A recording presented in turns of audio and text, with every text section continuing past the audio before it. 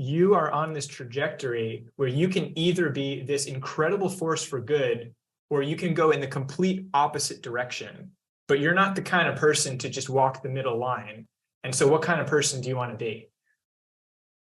You replace the term God with the term value, and the whole conversation shifts, because now it's not like you have an option to believe in God or not. Like, everybody has a value system. And everybody's oriented towards a particular set of values in a particular order. And sometimes it's explicitly defined and sometimes it's implicitly defined, but everybody has this as a default playing field. And so the question that we're all navigating through is like, well, what is that value system? I'm gonna be in service to the thing that I feel like I'm on this earth to do, and that's my orienting compass, and it's like my interests, or it's my job, it's my career, it's like whatever that is. If that's the thing that orients all of the other choices, then your life might look different. It's likely to look different than if you calibrate everything from a different value set.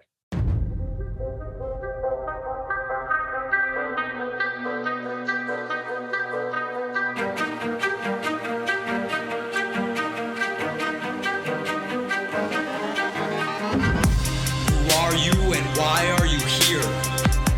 Are we gonna live life in fear, or are we gonna stand up and make sure we're heard? Are we gonna hide or live life by our word? With integrity we can be all that we can see in our mind's eye until we're finally free. We can become whatever we choose once we know the choice lies within me and you. Now's the time to wake up. No time for playing small. With a painful history and an uncertain future, now is the time to evolve.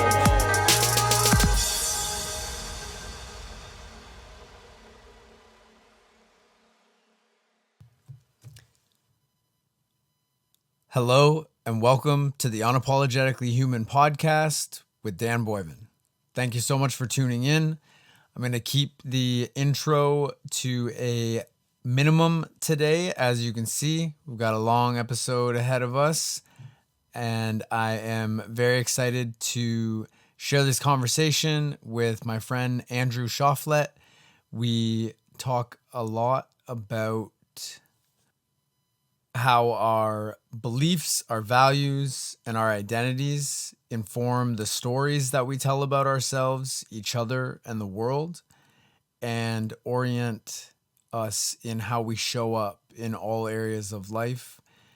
You can check out the show notes for a list of lots of topics that we go into, the consequences of the loss of religion and spirituality in Western society, and the need for a unifying belief system, the lack of empathy in those who are misinterpreting and misrepresenting the people that they disagree with, and the importance for us to find common ground in order to move conversations forward with some of the most contentious issues that are going on. We talk about the cultural baggage around religious language and stories versus modernity and secularism. I tell Andrew all about my trip to Miami to see a modern day prophet and divulge some info about my own Messiah complex and many, many more things. So, yeah, I didn't want to cut anything out, really. We had a nice, long, deep conversation about a lot of really important and meaningful topics to both of us, and I hope you enjoy. If you like today's conversation, please share it on your social medias. Please review the podcast on Apple Podcasts and Spotify or wherever else you get your podcasts. It really helps other people find the show. And reach out to me on Instagram if you'd like to connect, or if you have any questions or feedback about the show. I would really love to connect with you and hear what you thought. So, without further ado, here is my conversation with my friend, Andrew Choflet. And Andrew, if you're listening, thanks again so much for coming on and for your time and for going deep into these topics. I really appreciate it. Enjoy. Yeah, there's nothing like in particular that I want to coordinate. If there's anything that you do or any questions you have or anything like that, pretty much when I initially reached out to you, it was kind of like I think it might have been right after I got back from Miami. So I could probably tell you a little bit about that from what I recollect from it. Maybe on the call. Right. But I've been exploring my own spirituality and my own conception of what God is. And I think one of the big questions I think that maybe we can touch on or get your thoughts on is, I think a lot of the problems that are going on in our society, in our world right now, are actually a reflection of the loss of religion and spirituality in our society. So we're essentially, a lot of the things people are doing are actually, like, even some of the ideologies that are being sort of playing out and combated and stuff like that are taking on this sort of filling the hole of the, that secularism has kind of left in us. It's a very new phenomenon, right? So that's something I kind of interested if you have some thoughts on. But yeah, I just want to like have some conversations with people who have more of a background, a religious background, or get their thoughts. So yeah, it's kind of the main gist of it. Cool. Well, I don't want to take away all your ammo for the episode going into repeat, but yeah, just it sounds like we're pretty good on some of the logistics, and we'll just kind of jump in and have some conversations. And I've been looking forward to this for some time too. So good, yeah, man. Good. I'm getting hyped. Yeah, it's been a minute since we've been like able to have this conversation and just like really get into some like serious stuff. So I love it. And I actually wish I had sort of intended, but as best intentions often go, it didn't end up happening. But I was gonna try to find the notes document that Justine made from that actualize.org episode, and kind of go over it, because I remember I really did enjoy listening to that, and that's when me and you and Justine and Adrian talked about it. But if you don't, go ahead. I had the same thought too, actually, but it occurred to me I don't know, an hour ago, and I was like, man, I should have thought of that earlier. Yeah, and I guess to just be clear as well, I'm not seeking to have an interview with you as a scholar, a religious scholar. It's more just to have a conversation with you as a friend about these kinds of topics, because I look at you as being somebody who has more experience, and I'm just interested to kind of hear your thoughts on the exploration. Sure. No, absolutely. I mean, we're all on this crazy journey of life together, and I'm happy to share some of my experience. I'm not a biblical scholar or anything myself. I like to do some homework. I get pretty nerdy about stuff.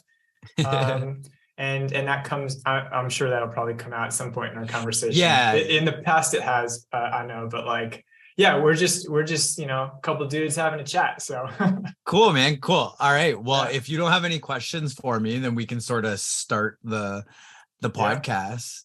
Sure. Let's jump in. Cool. Well, I'm excited. I'm glad you're excited.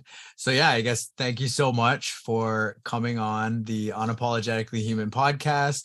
I like to say that this is a podcast about me trying to understand myself and other people and the world that we live in, especially as it gets crazier and crazier, which is only accelerating. And yeah, so welcome, Andrew Choflet. It's Choflet, right? That's how you pronounce it? Yeah, Andrew Choflet. Choflet. Okay, Yeah, yeah. Thank you. Yeah, so basically I have been having some more, I'll give you a little bit of like a primer on the like lack of any sort of religious upbringing in my family as kind of where I've come from. And then more recently, this is something that I'm wanting to explore more, because like my parents split up before I was one, and neither of them were religious. My stepmom came into the picture. She was never religious, but apparently my grandparents were, like my dad's parents. They were Catholic, I think. And I think my mom's parents might have been like Anglican or something, but for all intents and purposes, those words mean very little to me, actually, because like I know that, you know, they're a denomination of, I mean, I guess like my understanding is that it's like, is Catholicism like a denomination of Christianity, and then an Anglican also, like most of the Protestant and Lutheran, it's like they're like denominations of for sure Christianity, right? Yeah, and let me speak to that for a minute, actually, because this is something that I've been exploring quite a bit myself, and where this, like in my parents' generation, those types of categories seemed more important to them than it does to like my generation. And maybe this is just me, my perception, but like I started to get confused about what the categories and traditions and names and all of that, like why does it matter, and like what really matters, and then trying to separate the tradition from like what is the origin that sparked the tradition in the first place, you know? And there's this sense that I get of when you rewind everything back, Christianity is first of all based on the description of like Jesus coming to the earth as God embodied, and he dies, he resurrects, and that is like his proof. That's like, you know, I am who I say I am. And then we get into these like series of like really it's just communities of people trying to make sense of it. Like that's really what it is. And then you get to a point of like a community trying to like, okay, I draw the lines over here, I draw the lines over there. And over time, they start to separate. And the danger that we run into in our world today, whether it's denominations of Christianity or just other religions in the world, or even just interest groups, is the thing to pay attention to is, am I more, do I have more allegiance to the group of people that I've been around, or is it like the value system and this God that we actually think, or that we say that we have allegiance to? And that's something that can be easily confused, especially like, you know, I lost a lot of the terms, like for a while. Some of them still, I'm like, yeah, I hear them, but I'm like, I don't fully get, you know?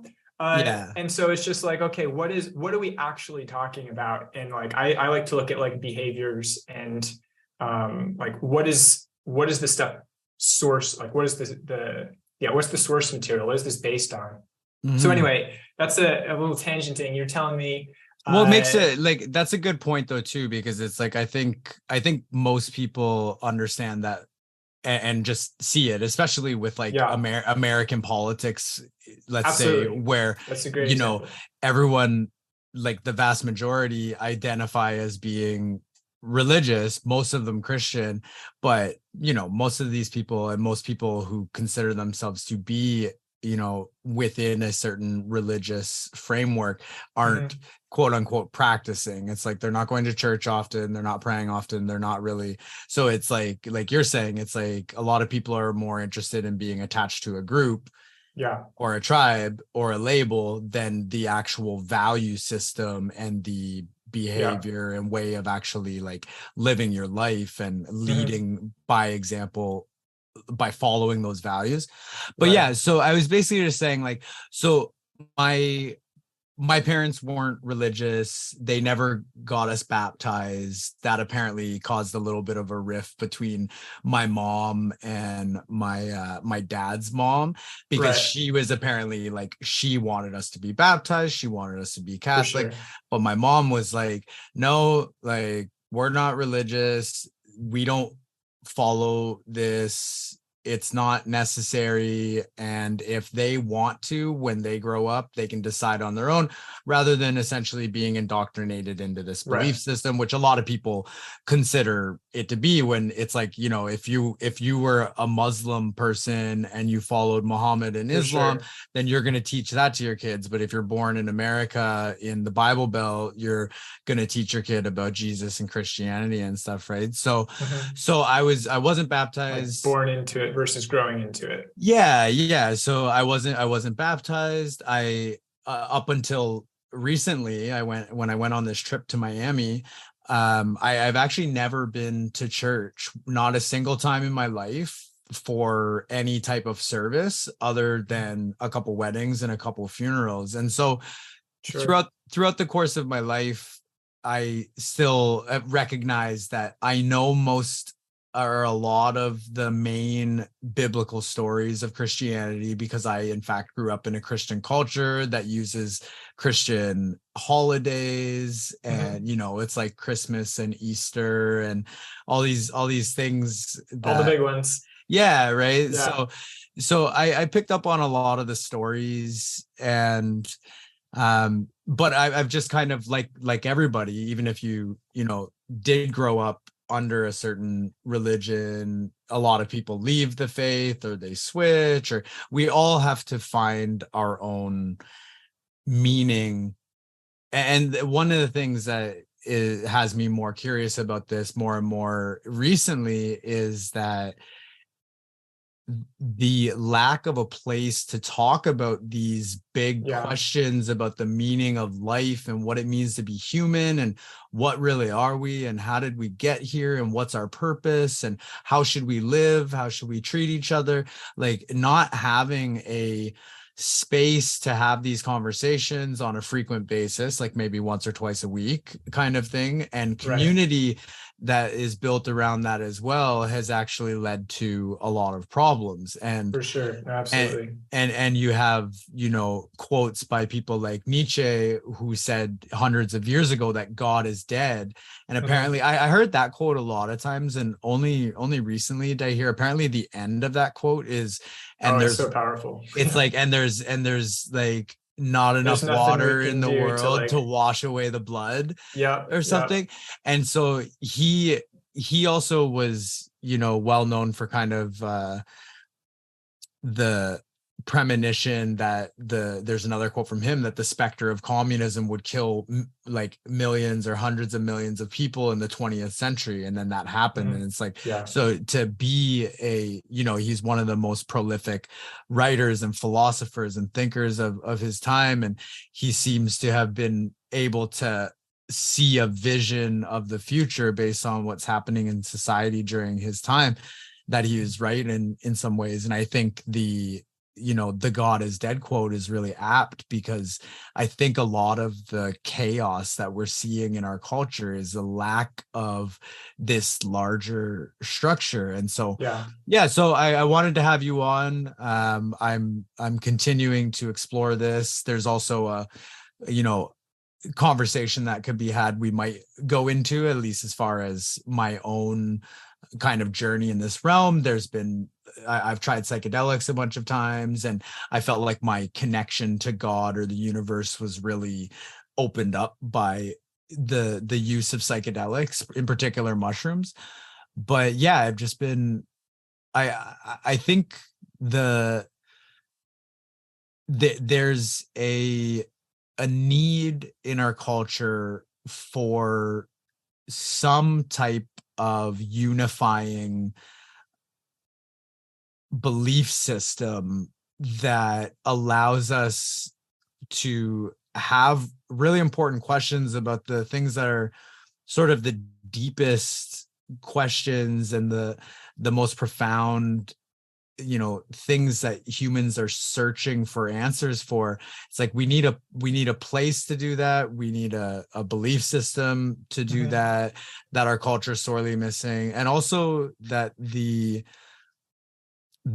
seeming disconnect or sort of like polarization of science versus religion, or scientific thought versus religious beliefs, or a lot of people consider it more just to be superstition. It's like, we actually, if we're going to heal the problems that are going on in our society and in our world, we need to have spaces for these kinds of conversations. There seems to be a very deep need. I've heard it called a God-shaped hole that we have. It's like the hole that we have that we're trying to fill with consumerism and stuff, is this God-shaped hole that only this grand narrative can sort of fill. And yeah, I've been having conversations with people, coming across more people talking about these kinds of things, and just wanting to have some more conversations with people who are more experienced than I am in this. I'm very, very new to these types of conversations. So I'll stop blabbing. So give me a little bit of a sense of like your background in this realm. Yeah, for sure. And so I was taking a couple notes as you're going through, because there's like so many good conversation threads we can get into here. So I'll try to kind of navigate through some of this, and we'll definitely circle back on like, what about this, what about that? At least to the best that I'm able to speak to, as just normal dude walking through life, asking the same types of questions. And these are the kind of questions that like I feel like I come back to like over and over at different times in my life, right? And so I did grow up in church. We had it, we talked about like, all these different denomination labels and community groups and all that. But initially I was, I guess you could say it was more of a Pentecostal type of church, or Assemblies of God. And then that was just like really young. My parents were like, on the worship team. They're up there, like very musical family. I missed me, but like got my sisters, got my parents. My mom's great. She's got great vocals, piano. My dad's a guitar guy. So anyway, we love that. And then I don't know, a couple years in, we started going to this other church. It's a non-denominational church, which, funny enough, there's several different types of those, but you think of it this way. I actually looked this up recently. That's funny.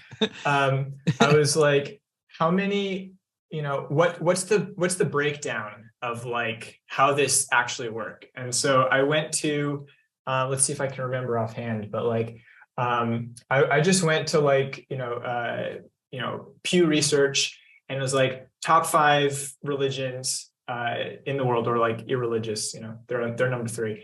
Christianity, Islam, irreligious, and then I think it's Hinduism and then Buddhism. So Christianity, for like scale, Christianity is like 2.3 billion people, which is like, let's see, that is all like of North America, 30%. South America, like Europe. Yeah, it's like a sizable chunk, of our human population here.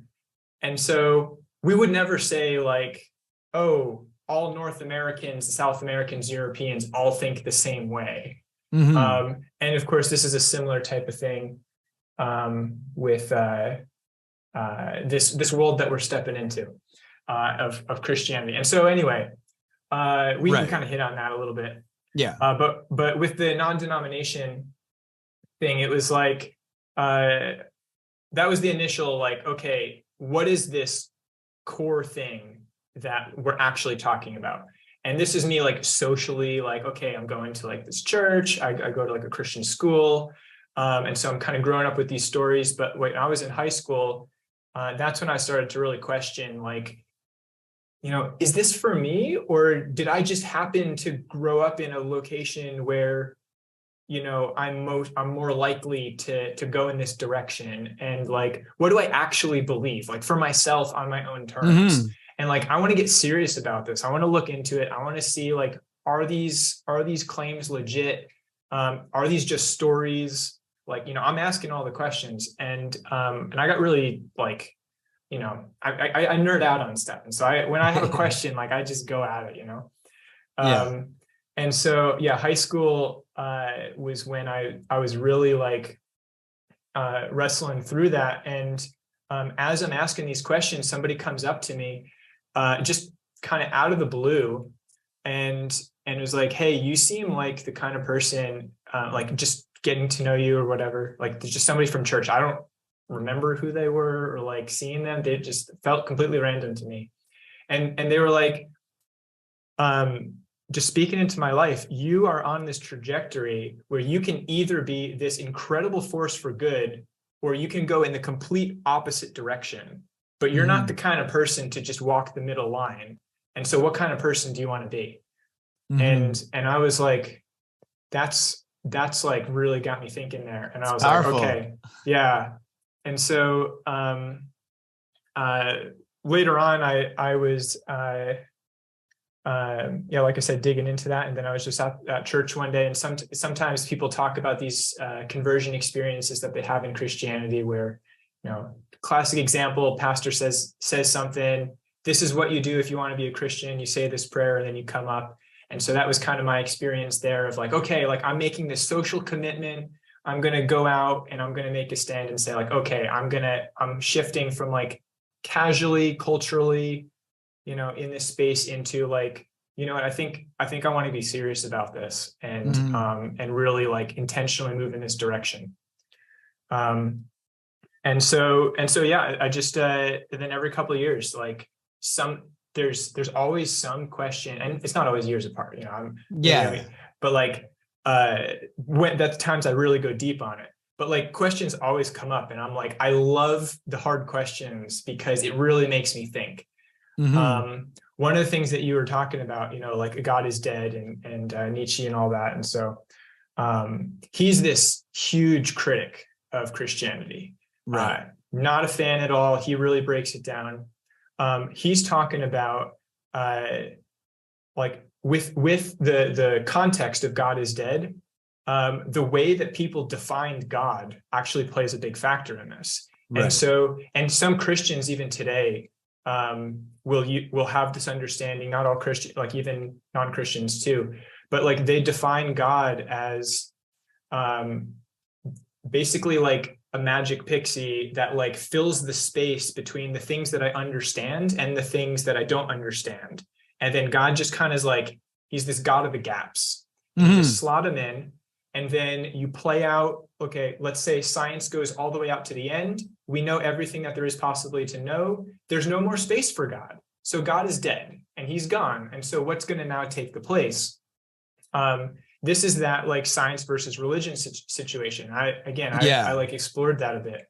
I don't want to Neil like deGrasse Tyson talks about that, and like that term, the God of the gaps, is like this idea that we just say anything we don't understand is like divinely orchestrated. It's like, oh, that's because God did that. And then the gaps shrink as our scientific knowledge expands. The explanation, the religious explanation for that thing is no longer there. And so it's like the gap shrinks as science expands.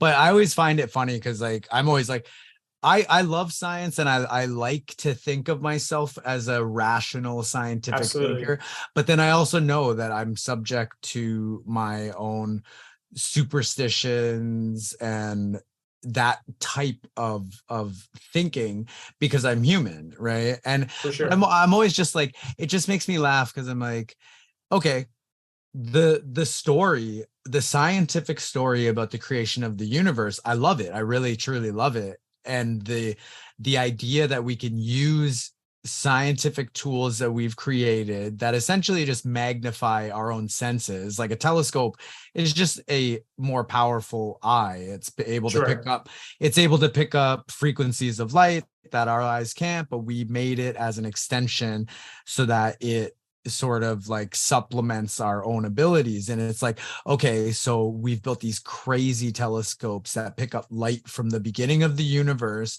And so we know the Big Bang, we know that everything was in this dense point, which it makes no sense at all. Like when you go to the Big Bang and you go, oh, okay, so this infinite universe with billions of galaxies, if not trillions of galaxies, infinite space that is also apparently expanding, and everything's moving away from each other at ever accelerating pace. And it all used to be in a single point of space and time. All the energy, all the matter, it was in this like infinitely dense space, and then it exploded, the Big Bang happens, and then it starts condensing into all these clouds and stars and galaxies and whatnot, and it's continuing to expand. And it's like, okay, well, like that's all great, but what about before that? Like what made that happen? And if it's like a multiverse where there's an infinite amount of universes like ours, it's like, okay, so everything is infinite. There is no start or end, and there's no explanation for what came before the Big Bang and stuff like that. And so it's almost like, even if you take a scientific look, which it has its limit. Yeah, it has its limit, because it just goes, okay, go to that. Like, I'm with you. I'm into it. But then what? Like, exactly. You know, and actually Neil deGrasse Tyson also, I remember him saying something about how like something like, I think it's like 75%, you know, just to throw a number out there, of like scientists, quote unquote, whatever their field might be worldwide, are atheists, but about 25% aren't. And he's like, I'm not interested in why the 75 are. I'm interested in why the 25%, or maybe it's much less now, whatever, aren't. And there are apparently, even in like the Vatican, there are these like scientist Jesuit priests that I've actually heard on his podcast have an interview with one of these guys, and how it's like, you know, science and religion aren't mutually exclusive. They're not incompatible. The creation story in the Bible is not incompatible with the theory of evolution and the Big Bang and stuff like that, right? Right. No, absolutely. And because there's a way to, and you know, we can go deeper on like how to read the Bible, right? But the story of the Bible has these underlining themes. And one of the things that, like, especially recently really like clicked for me was, you know, this view of God, which is explained away because God is just what I don't understand. As soon as I start to understand these things are happening, and I have different language to put to the same event, that doesn't mean God wasn't there. It means God was embodied in the experience of what is happening, and I got to see this piece of God. And so there's this huge compatibility between where, you know, science and religion is kind of like this Venn diagram. And some people go like, you know, all the way on one side of religion, superstition. And sometimes there's a temperament reason to do that. Same for like going all the way on the other side of the spectrum with science and rationality. But this embodied experience where they overlap, where I'm just using different language to describe the same event, this is where we can see God show up. And I've discovered this is absolutely essential to the storyline of the Bible, and one of the things that separates Christianity from at least a number of other religions out there and views of the world. And I should say, like, not every Christian has this level of understanding, which is not to say like, you know, I'm better or they're worse, or I'm worse and they're better, anything like that. But just, again, we're just all on journeys. And we want to make sure that we're pointed towards the right target. But yeah, we can get into that. Yeah, well, I guess like that, even that is part of the exploration for myself, right? Is Yeah, like just, we're constantly asking ourselves, like, why am I here? What am I doing? What is my purpose? What can I do to create meaning in my life and to be connected to something that's greater than myself, whether that's God or community outside of yourself. And yeah, it's just it's so important to answer these questions for absolutely. us, right? Yeah. Yeah. And so as we're like on this journey and we're exploring, I know you're a fan of Jordan Peterson. And so I like am.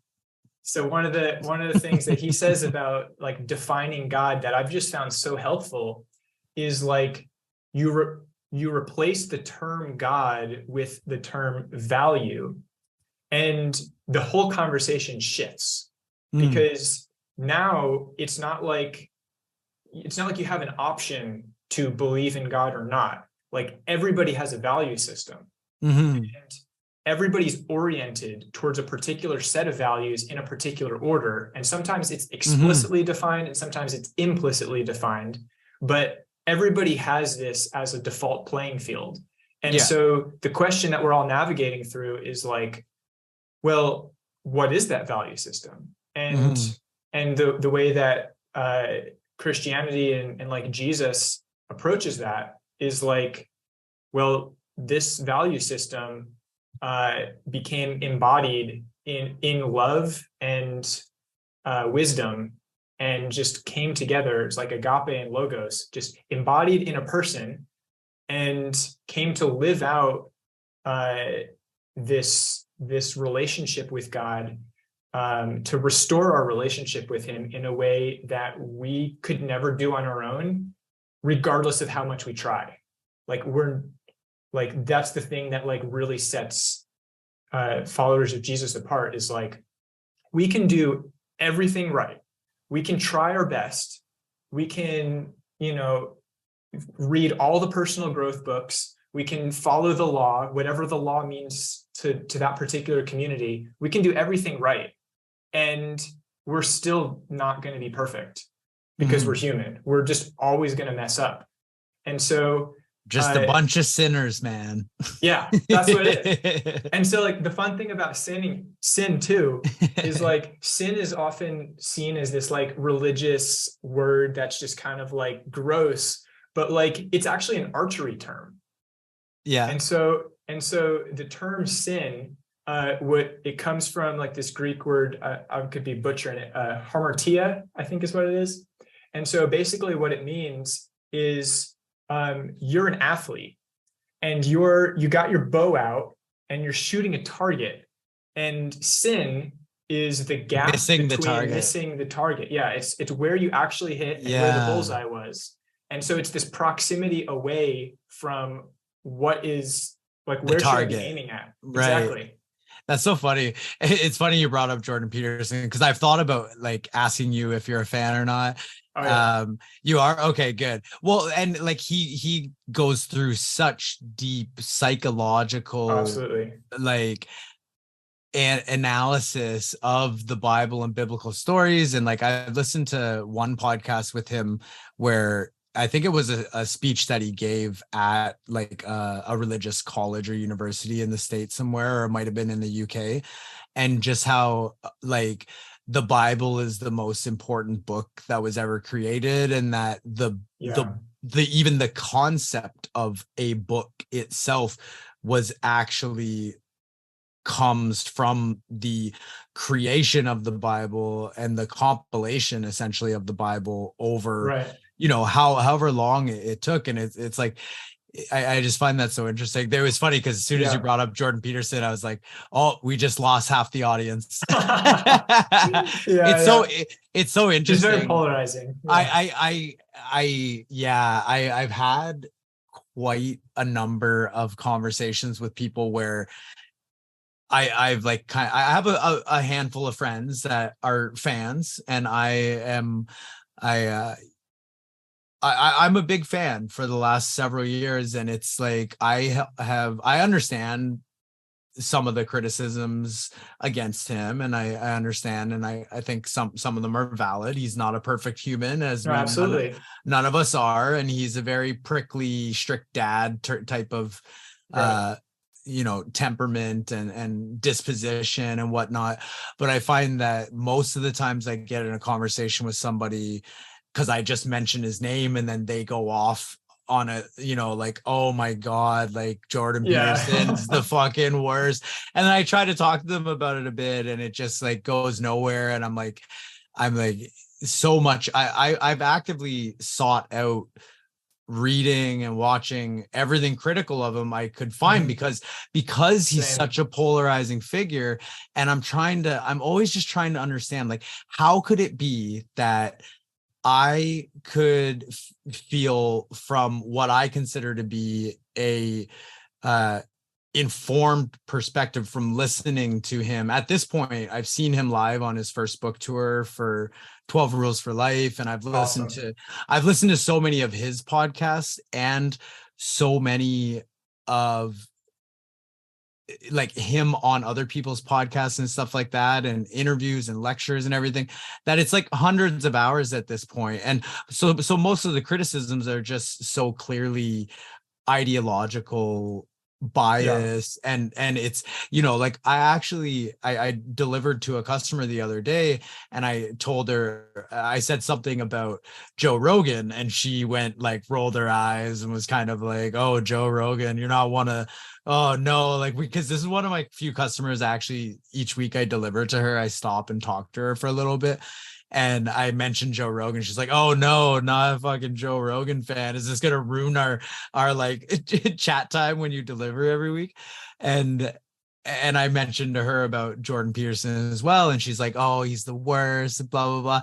And I'm like, okay, so like, what specifically don't you like about him? She's like, he's such a misogynist. And I'm like, I just cannot comprehend how anyone could think that, if they've actually listened to him speak at length, not a hit piece, pulling something out of context or focusing on this one little thing.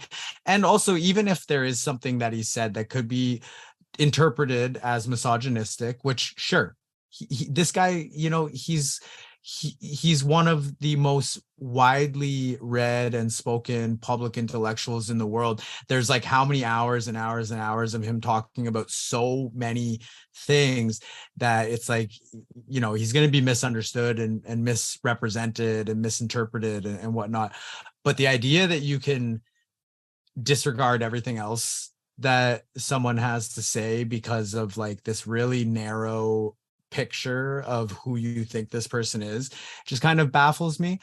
But yeah, I mean, it's really like this exercise of it's a lack of empathy, like just really direct. It's anytime you make a snap judgment about somebody based on a random quote, and this could be Jordan Peterson related, or whoever. This could be whoever. This happens to the Bible and religion all the time. I heard this quote, came out of context, and this just shows up somewhere. But it's just this surface level of understanding. And if we acted in empathy to actually like, well, hold on a minute, what's the rest of that conversation? Like, what's your intent as a speaker or as an author? Like, what do you mean by this? And like, when we can put ourselves in the author's shoes to understand their world, then at least we have a sense of like how we can find our common ground, and then we can move the conversation forward to see, because like, my best friend, he comes out here and he's saying something, I might be like more understanding than like, some stranger, or even like more direct, than like some stranger, and he just like somebody cut me off in the middle of the road, and I'm like, all startled, and I'm like, ready to get all upset, and then like he's driving his wife to the hospital, I don't know what's going on, right? So anyway, but yeah, it's this lack of empathy for whatever it is. And then like we were talking about like his comment, especially on like what makes the Bible like so essential. I know this at least part of this reference that you were making here. I don't know if I watched the same one, but he's basically like, if we want to identify what the most influential resource is on like what made us who we are today, then we can just like follow all of the footnotes and the references back, and then we go back a couple hundred years, and then we'll see like all these classics, and then we rewind back from there. You rewind far enough back, you're going to get the Bible, and everything is like sourced from the Bible, and so the Bible like is informing our language on like how we talk about things and everything. But I would say even deeper than that, and like he does a great job on like laying the whole thing out for anybody who's interested in that. Yeah, I'll put that. I'll put that as a link in the notes, because the one that I saw was like very profound, very interesting. It's like when I saw him in Toronto for his book tour in, I think it was like 2018, and it was by far one of the most profound and enjoyable experiences I've ever had in my life. And it's because like you see this person, and the way he does his lectures on his book tours is that he focuses only on one chapter and one moral or one big question, and what is it that he's sort of trying to answer or get to or think about. And then he sort of uses the time on stage with the audience as an opportunity to just think out loud about getting to like an answer to this question. And it was just the way he went about it, in a similar way that you're saying, how it's like he talks about how so much of the foundation of our culture and Western society is based off of the stories and the values that come from Christianity and from the Bible. And he was talking about how, he's going through this sort of rigorous kind of like a mental exercise, thinking about that it's almost like God is what's at the heart of like perception itself. So he goes like really abstract, and like that was like so solid. Yeah, well, it's like this idea that like we don't choose our interests, right? Like we all have different genetics, we all have different upbringings, we all have different temperaments, different talents, different capacities. And it's like one of our jobs in life as humans is to pay attention, essentially, like to notice and increase your awareness around like what are the things you're interested in, because they just grab you. Like you never chose them. Someone who becomes a amazing musician or an amazing athlete, it's like they just were captured by that interest and that love for the thing that they pursued. And so for us to recognize what are those things for us, when we feel alive, when we have our curiosity increase and our sense of childlike wonder and awe and joy, it's like when we notice those things and we pursue them, then we're essentially like, in a way, it's almost like we're acting out our purpose given to us by God in some sense, because we're following this like most deepest part of ourselves. And so listening to him sort of go through this to understand that was just honestly, like, it was so beautiful. And I have a friend who's kind of like my most left-leaning politically friend. She like works and teaches in a university for like the diversity, equity, inclusion department. And it actually is funny because I the first story I ever posted on Instagram, I was a really late Instagram adopter. So the first story I ever posted was the like day after I went to the show, and I posted this shitty, terrible picture that you couldn't see anything. Jordan's just like a light beam of a human Yeah, on the stage because of the spotlight. And yeah. I wrote that like I saw Jordan Peterson live give a lecture last night, and it was one of the most amazing and profound things I've ever seen in my life, and enjoyable. And her like response to it was just like, what? Like, oh, now, oh, Jesus Christ, I'm a right wing Yeah. fascist now, kind of thing, Right. right? But yeah, we could go on with him for a long time, but let's get back to just kind of like what we were saying. So it's almost like he gives this really interesting explanation that like, well, the Bible it's like no one knows exactly how it came to be. Nobody in any real sense wrote it, because it's like, who knows how many humans had their hands in not only just writing them, and it's like it's actually it rather than being a book or a story, it's like a It's like a compilation. library. It's a library. It's a compilation of books and stories, of which also there's political things that get Oh, into it as well, absolutely. because books had been added and taken out of the Bible throughout Yep. time. And so there's all these books that like we know like used to be in the Bible, or it's like they're like part of the Old Testament, but they're not part of the New Testament. Yeah. And We they can talk to some of that too. like revisions. But yeah, it's like it's just really fascinating. And so Yeah.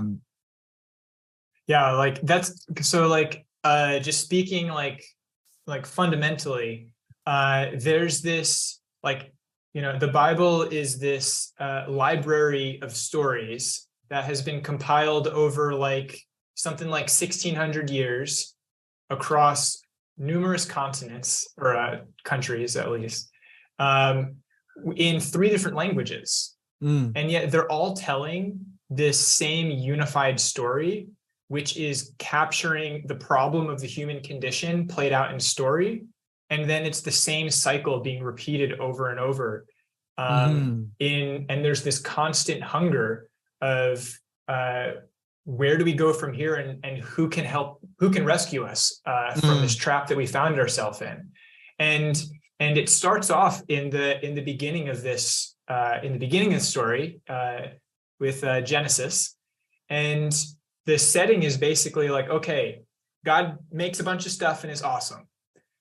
After this, we have this beautiful garden. Thank you, God. Thank you, God. Really appreciate that. The garden is incredible, and this is where we meet the first humans. And the first humans have this choice. They can step into these it's really, I think they can step into the identity that God has called them into, which is to basically embody him into the world. And they can execute on like the mission that they've been given, which is to be fruitful and multiply, or like be a good steward of the stuff that you've been given. And like they're farmers, so like they're gonna do a bunch of awesome gardening, you're really good with like music and conversation, and I know you got like a ton of talents, and like you just own your talents and you run with it. And like this is the mission that God has given you to do, and so like each person has their thing, and you own the thing, and then you run with it, and then you multiply those efforts. But the trouble is, this is where they run into the tree of good and evil, or more accurately, tree of knowledge, of good and bad. Yes, tree of knowledge of good and bad. And this is where they're presented with a choice.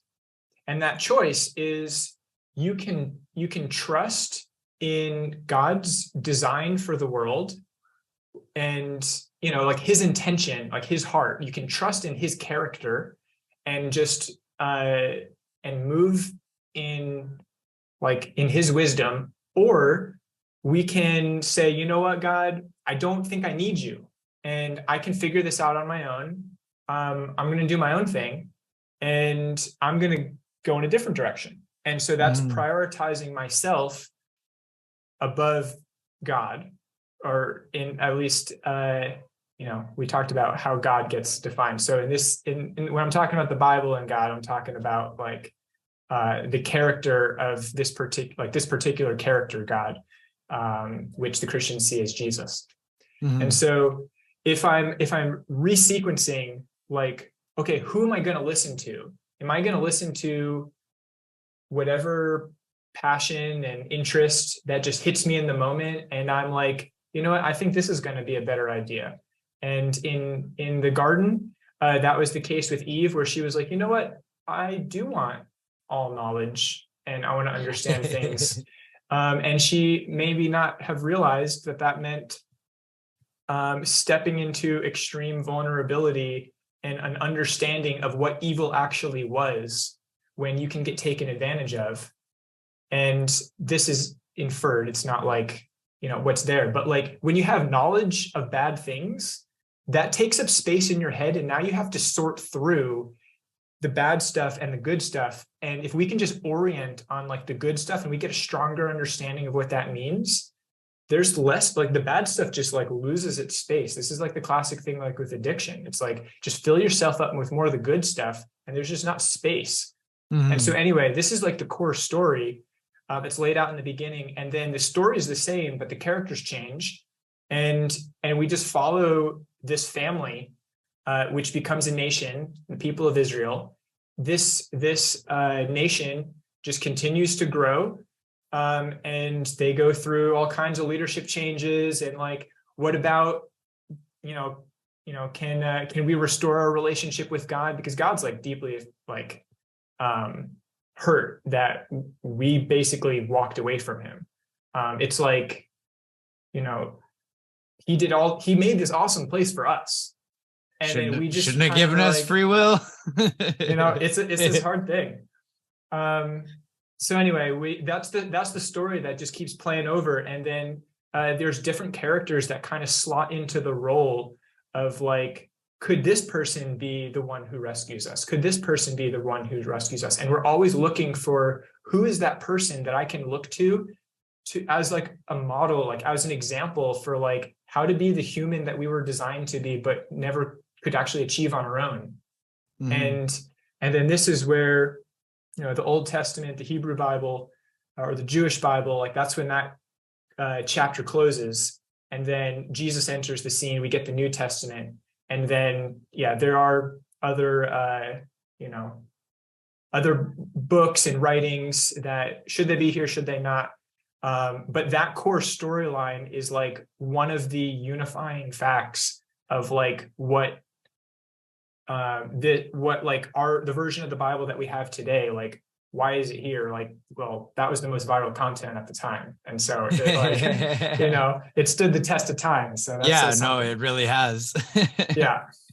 It's like, I think, I don't remember if it's Louis C.K. or Ricky Gervais has a joke where they're talking about like, there's no question about which religion has won and what, like the world follows what calendar? Oh, right. Yeah. It's what year after what? Right. Yeah. 2000 years after what happened 2000 years ago? Yeah. Kind of thing. But well, even I was listening to the most recent Joe Rogan podcast with Jordan Peterson that just came out like less than a week ago. It came out last Friday, I think. Okay. And he was talking about a similar conversation about like what the Bible actually is and what those stories actually are and what God actually is, and how the books that make up the Bible are essentially these individual stories that show different examples of what God is, the same way we have like different characteristics, and you can't encapsulate talking about, the different sides of what makes up a person's personality or the way they show up in the world or how they act by just telling one super crazy convoluted story. It's like you break them up so that it's like one book has one character, like one set of characters where these events happen, and then God shows up, in Exodus this way to Moses, and then Sure. God shows up to Noah in this way, and it's like different attributes of what this God thing is and how it shows up in the world and how it shows up in the lives of humanity. And yeah, I just like, I guess like one of the things I thought about mentioning a little while ago is as we're talking and we're using this language, this religious language, we're talking about Jesus, we're talking about God. I remember for most of my life, because I wasn't brought up religious, and I believe that because I grew up in this secular culture, and we're I think really coming to the end of this period of sort of secularization of society, and we're re-entering, or we've largely, I've heard a lot of commentary explaining how we largely have already returned to a sort of like set of like religious characteristics with some of the different ideologies that people are advocating Absolutely. for, and some of the belief systems that people have are like they claim to be scientifically based, but actually they're not based on science at all, and they are entirely a religious faith based belief system. But yeah, it just I had this moment where you were saying something about Jesus, and you're being sort of concrete, and like Jesus was this or like this, and I felt this familiar feeling of like, well, I imagine that some people that might be listening to this, if they were like me and they weren't brought up religious, or they were and they moved away from the church, and Sure. there's all this cultural baggage behind Yeah. these words, right? And I feel like the story that I remember learning kind of growing up in this secular society is that we now are modern and we're secular, and if you're more scientific and rational and logical, then you believe less in mysticism and miracles and religion and superstitious beliefs or ways of thinking, and believing in God. And so the very term God, for me, and I think for so many people, and Jesus, and so many other, even talking about the Bible or anything religious, has this baggage that you're somehow being like unintelligent or unintellectual or primitive in some way if you even like not even like necessarily believe these things, but even to talk about them. And so that was part of like my journey over, like, quite a long time ago, is like getting over being able to even talk about these things, to have these conversations, because of that baggage. Because like when I did mushrooms for the first time when I was like 21, 36 now, so like 15 years ago, and I just truly felt like I had this connection to the universe or to God or to everything, and I wasn't just this, separated creature. And I was telling my friends about it like the next weekend or something, and one of my friends, pretty much just because I said what I just said to you, he's like, it was such a quick like reaction. He's just like, yo, you a God guy now? And I was kind of like shut down, kind of like, oh, like I can't talk about this. Right. Right. But that's part of why I'm seeing more of the necessity in my life and in our culture, that I'm wanting to like talk about these and explore them more. Yeah. But so there was two things that you mentioned. I just wanted to get, if you know the definition sort of these two words that you used. I don't remember exactly what you were saying, but you said something about like agape and logos. Oh, right. Can you define those terms? Sure. So yeah, those are Greek words that were used. Like, so I mentioned the Bible is written in like 3 different languages. So it's written in Hebrew, in Aramaic, and in Greek. And so the Old Testament, like the Hebrew Bible, this was mostly like written in Hebrew, because that's the language that they spoke. And then when Jesus enters the scene, most of the community at that time, like they're under Roman occupation. And there's, a lot of, Greek influence, and that's kind of like the main language of the time. And so the Hebrew Bible is then translated into Greek. And so now we got this whole Greek Bible, and this is the Bible that Jesus would read before the New Testament and everything was written after his time. Mm-hmm. And so agape is this word for love that is not just because like love is so confusing in English. Like we use the same word for everything. There's like 5 different Greek words for love, Yeah, it's like love, like intimate love. One's like love of like your friends and family and pets. There's another one for, it's like they have like different words for different types of love. And we're just like love. Right. Yeah. Exactly. It's so silly. Like it is. It really is. But go on. And so this agape love is like, this is a serious unconditional love that nobody's going to break. Like you can't offend me and then like we're not on speaking terms anymore. This is like I'm in it for the long haul and I'm going to see it through. There's this blog post that I've been working on to actually explore that a bit more. I got like, I'm a recovering perfectionist. I got like 95% of this written like back in October, and then I've just not hit the publish button because I'm like, but what about this? And then I finally was like, you know what? That's going to be a separate post. I just got to get this done. So anyway, that may be coming soon, but the point is, this is love. This is serious. And then logos is something that comes from like the Greek, like a lot of like Stoic philosophy, as like this is the center of rationality and truth and basically all of reality. The Chinese word for that is the Tao. And so which is, of course, Taoism and all of that.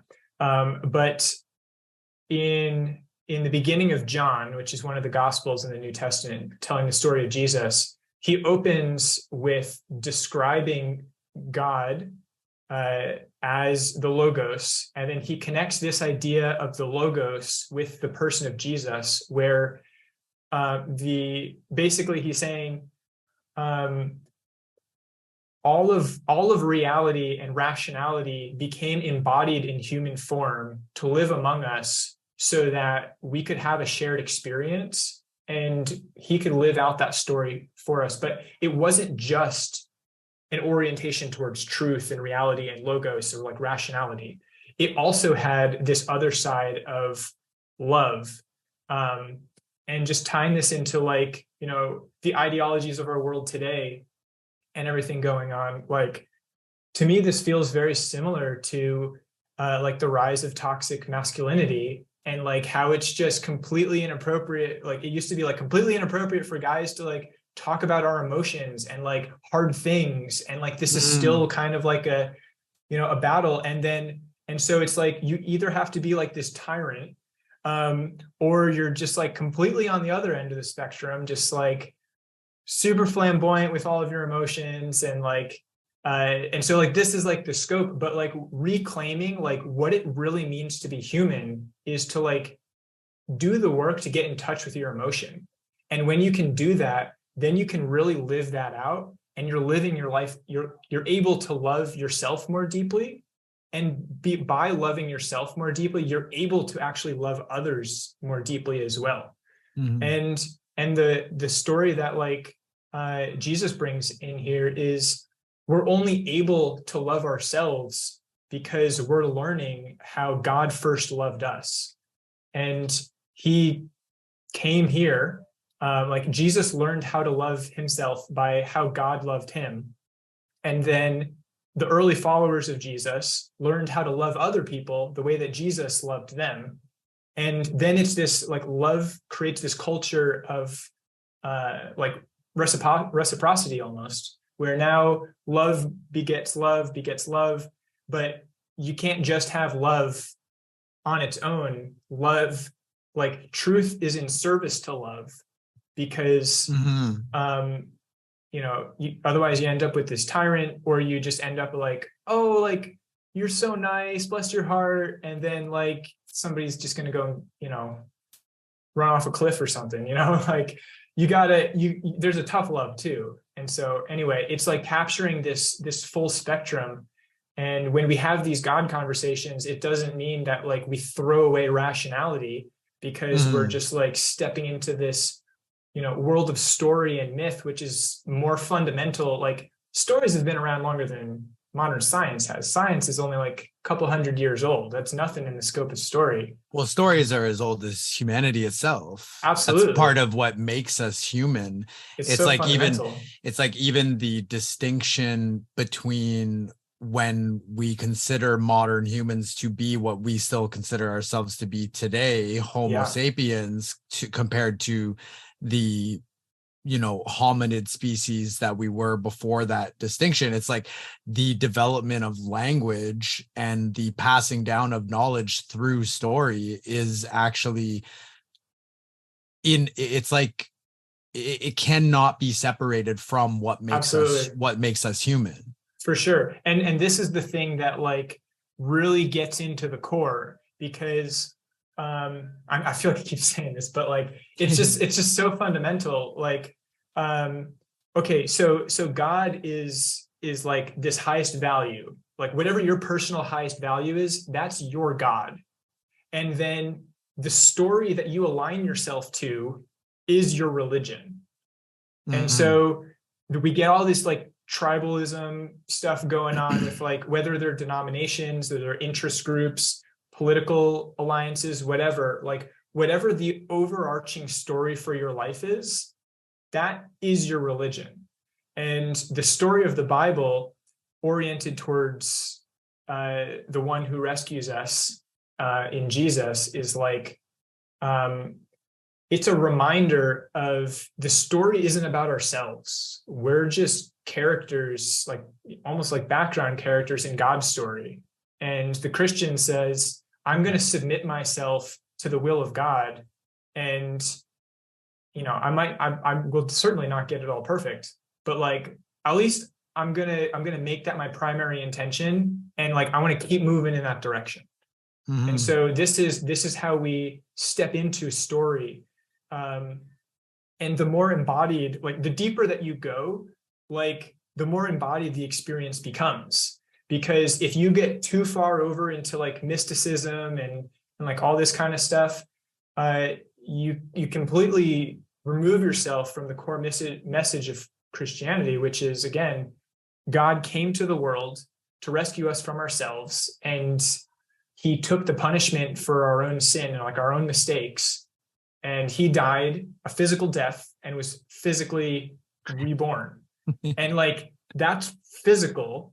Like that's not like earth is bad, I'm moving away, but it's also like when it's talked about, and I know this sounds like, what kind of story is that?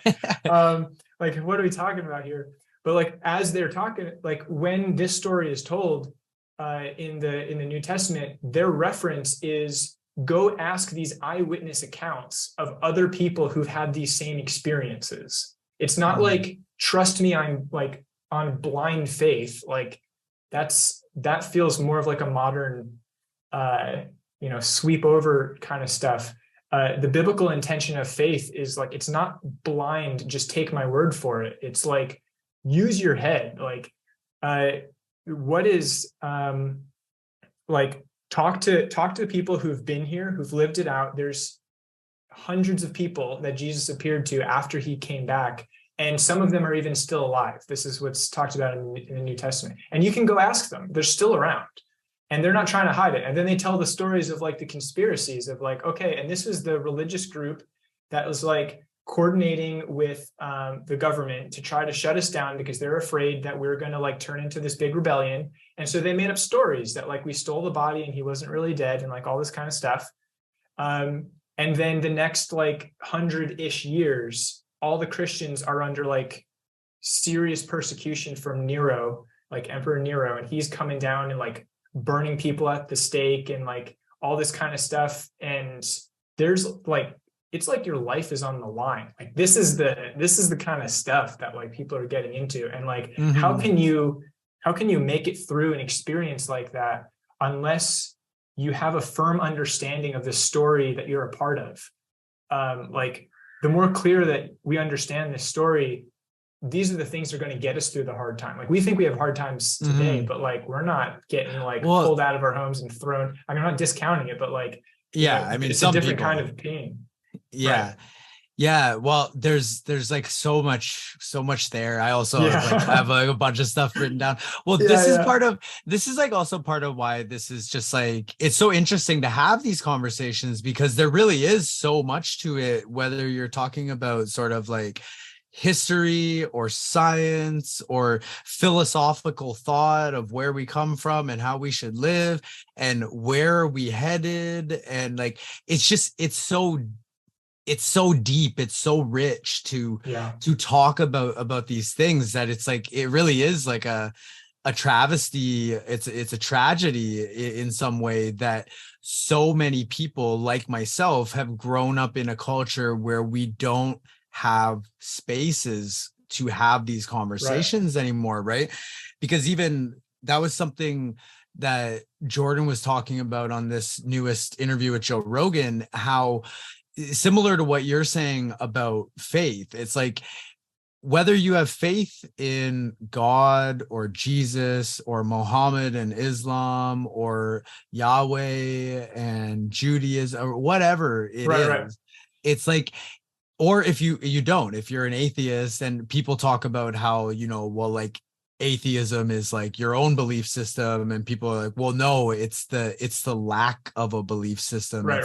It's like if someone's playing football, irreligious, and someone's not, it's like they're just not playing football. Like it's like, I forget exactly what like example I'm trying to give there, but like one of the things he's saying sort of is like, even like no matter what your belief system is, no matter if it's religious or scientific, if it's atheistic, if it's agnostic, it doesn't really matter. It's like, we ultimately don't know, because this world is so vast and it's so complex. And the more we learn about it, it's like everything, like the more you learn, the more you know you don't know. The more questions you have. The more questions you have.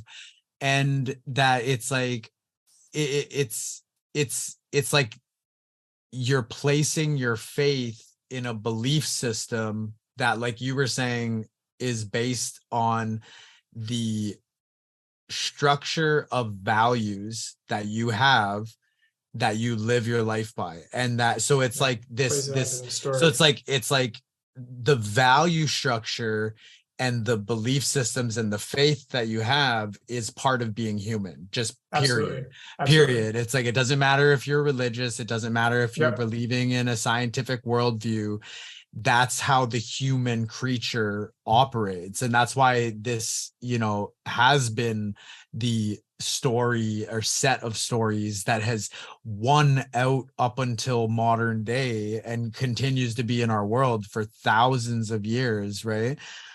And there was a workshop that I did with this guy, Dr. John DeMartini, who, have you ever heard of him? I'm not familiar. This guy is, he's one of the most like bizarre and interesting and smart and like amazing humans I've ever come across. And he's this, modern day Renaissance man. He's a polymath. So he's written like countless books on all sorts of different topics. He's just been researching everything he possibly could for his whole life, so that he has this like profoundly deep, knowledgeable worldview. And here, hold on. I just realized my computer is about to die. Ish. Yeah, so this guy, John DeMartini, so he's like a modern polymath. He has deep expertise in like so many different fields, and you bringing up this hierarchy of values is what made me think of him, because he talks a lot about that, how like it's like something that he says a lot is if you don't fill your day with high priority, high value things, then it'll just automatically get filled with low priority, low value things, or you will be essentially almost like a pawn in someone else's value structure, so that if you're not working towards your own high values, then you're going to be working on low values in the structure of someone else's high values. So it's like you're an employee working some shit job you don't like for some dude who you're making them money, whatever, right? But he's so interesting too, because like I went to a couple different events of his when he just like happened to be in Toronto, and one of them was about like so much of the work that he talks about is like, it's all about balance. Everything in the world is all about balance, and how the way things show up in our life are feedback on every possible level to get us back into a state of balance. And so sort of to kind of flesh that out a little bit is that it's like, if you're balanced psychologically, physically, socially, and spiritually, then you're going to be in a state of good health because you're in a state of balance in your life. But it's like, if you're having like mental or physical health problems, then those are symptoms. Those are a feedback mechanism to get you to see that you are out of balance in some way. So psychologically, you might be depressed, but it's like, if he basically is like, if you are only focusing on the negatives of anything, or you're only focusing on the positives of anything, then you're either in a delusion if you're only focused on the negatives, because you're just not seeing the positives. It doesn't mean they don't exist. Or you're in a fantasy, like if you're infatuated with like a new romantic interest or something like that, and you're only seeing their positive qualities, you're not seeing their flaws. It doesn't mean that they don't exist. It just means that your own perception gets locked into a delusion or a fantasy. And so the feedback mechanisms is that we might get depression or anxiety or something if we're focused on only worrying about the future, or being guilty about the past, or only thinking negatively about ourselves instead of positively. And so go ahead. So this is like kind of similar to what we were talking about before. It's like in the beginning of the Bible, the humans are presented with this choice. You can follow God, you can follow yourself, basically, and with this knowledge of good and bad. And we have to, first of all, we have to have a choice, because I think Nietzsche's the one who says this, but he's like, if we don't have a choice and all we're ever doing is like just keep doing good, we're not actually that good. We're just cowards. Really, it just has no meaning. Cowards. If you are, like, what's the point? Well, Jordan Peterson talks about that too, where it's like, if you are incapable of violence or aggression, then you're not good. You're weak. You're incapable. You're not choosing to not be bad or do bad. You're not capable of it. So there's no virtue in that. There's no value in that. There's only value in being able to be violent or aggressive. Like he says, you have to make yourself a monster and then be in control of it, because that's what makes you actually virtuous, because you have the capacity to harm, and you're choosing not to. If you have no capacity to harm, then you're not choosing anything, and then you're just weak, and being weak isn't virtuous. Right. It's like, it's like being strong and able to, and it's not about hurting people. It's about being able to protect yourself and your loved ones. Right. This is the martial artist who is like, they own their craft and they're so disciplined, and they also know very clearly where the boundaries are and not to cross them. Well, it's only to be used for defense. It's not to be used for offense or for being an aggressor. It's to protect, essentially, right? Yeah. And it's also like that idea of like, you know, it's like, do you want to be a gardener in a war or a warrior in a garden? It's like, just as a life philosophy, like for anyone, that can mean a million different things. It just it's about being prepared for the worst that life might throw at you. It's like, if we get into World War III and then suddenly our governments are trying to conscript us, and I've never, you know, done any martial arts. I'm a weakling. I've never worked out.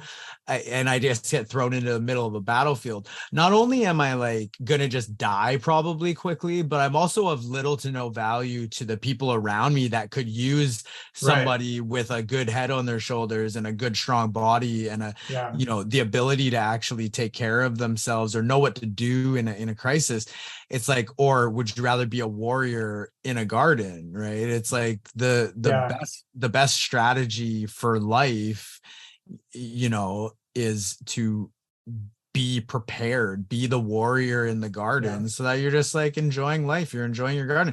But if shit goes down, you're gonna be like ready. You know how to contend with it. This is this is like Jesus's idea of like the meek will inherit the earth, and the term meek is what we're talking about here. Like it's a poor translation. It's a poor translation, but like being the warrior in the garden, who has the ability to protect somebody else because of their discipline, means the person without discipline is not showing love to the people around them. Because the person without discipline is, which I'm not saying you gotta like, that's the only path forward, but like, how much more loving could you be if like we got serious about like you're saying, how to become dangerous, not aggressive and like threatening, but like how to really like be prepared for what life throws at us and be able to contend with it. Or again, as the Bible talks about, being able to carry your cross, which is a bit of a metaphor for saying, how do I embrace my own means of execution so that I'm willingly walking myself up to die? And like, if we have that level of commitment to like take something forward, like being prepared for that state, then, you know, that's a pretty compelling place to be.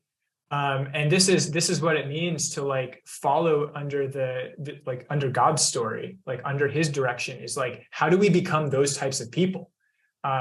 That's a question of identity that we're stepping into, which is a model after his identity. And when we talk about like this value structure of like, okay, what's the sequence of these things, of like the negative versus the positive? Absolutely, we want balance, but we want balance for the purpose of being able to love.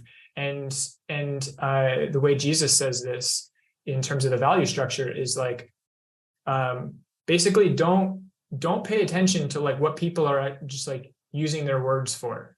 If you want to know if somebody actually follows me, then it'll be obvious to you by the way that they show love to other people. And if you're not showing love to other people, really it doesn't matter what your label is. Like, your actions give you away, which is not to say that your actions restored your relationship with God, but it is to say that as a result of this commitment to this character, this is the overflow of my life now, where I want to love others, which again is a challenge. It's quite difficult. Anybody in a relationship knows the difficulty of what it means to love others under pressure. Yeah, for sure. So I'll just go back to sort of finishing the thought about about DeMartini, and then there's plenty to go off that as well. But so it's basically like we're sort of this manifestation of God. Dr. Wayne Dyer is known as like the father of motivation. And when I was really lost and depressed when I was in my early 20s, I had dropped out of college. This was when the global financial collapse happened. I got really into politics and social issues and conspiracies and got kind of hopeless about the world. And I started listening to Wayne Dyer on like audiobook and lectures, and like Eckhart Tolle on like, I listened to his books on audio. But something that's always really stuck with me that Wayne Dyer said is that like we're a part of the whole. It's like this idea that like we're not a drop of water in the ocean, we're the whole ocean in a drop, right? Like we're a part of the whole. Yeah. And he used it as like a piece of the pie. It's like if God sort of is everything because he created everything and we're part of God, it's like we're like, if you think of everything in existence, including God, as being part of like, or it's like this pie, and it's like you chop the pie up into however many pieces you want. We're a piece of that pie. Like we're just a piece of pie, and we're part of the whole, right? And so We're it's delicious. like, yeah, we're so delicious. What kind of pie are you? What kind of pie? Yeah. It's funny because a few different podcasts I listen to, they always ask like every guest at the end of an episode, they'll ask the same question or two questions. And so I've been thinking a couple of times, like, should I make up my own like couple questions? That can be one of them. Like, Yeah. What kind of pie are you? What kind of pie are you?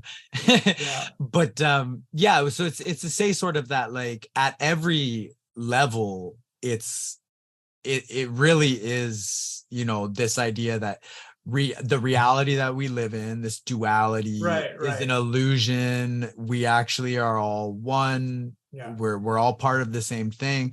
And that at every level of like existence itself and of our like world, as us mentally and physically, and as an actor in a community and in the world and the reality itself, is that every single one of these systems is trying to get us to return to like a balanced homeostasis, sort of. So it's like, so if your psychology and the way that you're thinking or the way you're perceiving things gets out of whack, then you're going to get depressed or anxious, or you're going to get some other type of mental ailment, schizophrenic, whatever.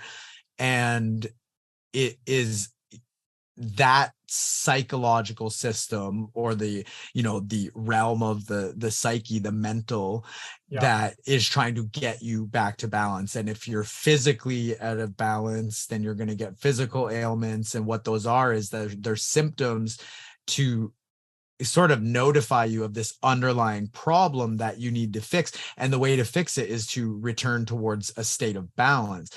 And then it's like if you don't listen to those symptoms that show up and correct, then it goes to the next system. So it's like psychologically and physically are on the level of the individual. And it's like if you don't pay attention to and change your behaviors according to the feedback that you're getting physically or mentally for yourself, psychologically, then it goes into the realm of the social. And so the example that he gives is how like we naturally keep each other in check socially, in the sense that like if I was feeling really down and I come to you and you're my friend and I say to you, hey, I'm feeling like a real piece of shit today. I'm a fucking loser. I don't do anything I say I'm going to do.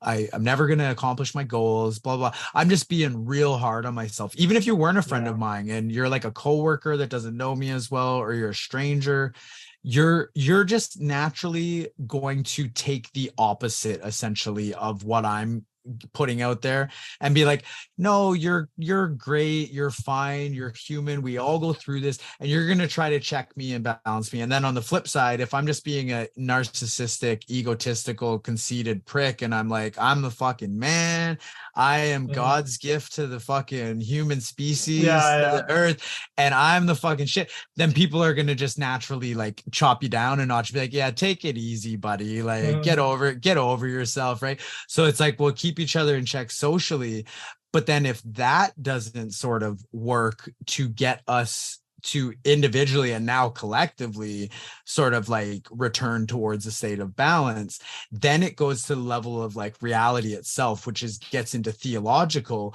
And this is when he says, like, this is where weird shit starts happening. And people talk about how, like, when you start to like really follow these paths or try to answer these questions or follow your own, you know, higher self or your own inner calling or your own connection with God, that like when you surrender and you open up, that all of these synchronicities start happening in life. And that, depending on what sort of way you're kind of presenting, it's almost like the world itself, reality itself, or God in some conception will either, like, if it didn't get it at the level of society sort of putting you back in check, then like God or the universe is going to just like chop you down back to like centered. Or if you're like really low, then like something's going to happen that's going to like help to lift you back up, kind of thing, right? And so yeah, this guy is just like incredibly fascinating, but he talks a lot about how the values and the value system that we have is what sort of drives our behavior as individuals and collectively. And so yeah, I think it's really important to have these conversations as friends, as like having it with another person, but exploring it for yourself and having like really asking these questions for yourself, because it's like when we don't, we get the problems that we are now seeing erupting in every possible area of our world. Like it seems like everything's in chaos, and it's because we're lacking a foundational and more importantly, like a shared structure and belief system. And Jordan, on this last episode, he talked about how like one of the things he's working on right now, and he's actually convened a group of scholars and all sorts of people from all around the world, and everyone's kind of like got on board. And he's like, this is weird, because he's like, I figured some people might pay lip service and say like, yeah, I'm interested, sign me up, let me know, keep me posted. But then it's sort of like they don't really act on it, and then that idea just dies. Like that's the trajectory of most ideas. You think it, you might talk to someone, but they end up dying. But then he ended up like, and he's got like, like US senators, like people really important, really powerful people that are like, we want to engage in this conversation. And essentially the conversation is trying to understand like, what is the story that we need to be operating under that is driving sort of like the operating system of our species, because the chaos that we're seeing is actually reflective of the story that we are playing out, essentially. Right. No, and that's exactly it. This is like what we've been talking about this whole time, is like, okay, we got the value system set up, and the value system is oriented towards an identity, but like, they're pretty, on par with each other. So it's like, what is the identity of the person that I'm trying to become? Not who I am now, but like, this is the value, this is my God. That plays out in a story. And that story is like our religion. And then when we have all of these different forces trying to bring us in balance, it's like a way for us, it's like we're getting recalibrated towards an identity, but like, what is that identity? And so you were talking earlier about like, okay, like God is everything, and he's in all of us and all this so like just like a distinction between which you might be familiar with, but just here's some of the Christian perspective is on one side, there's like pantheism where like God is like literally like all of reality, like everything is a God. And then like the Christian view is there is a God above all other gods, and we have God breathing into us, and it is God's animating life force inside of us,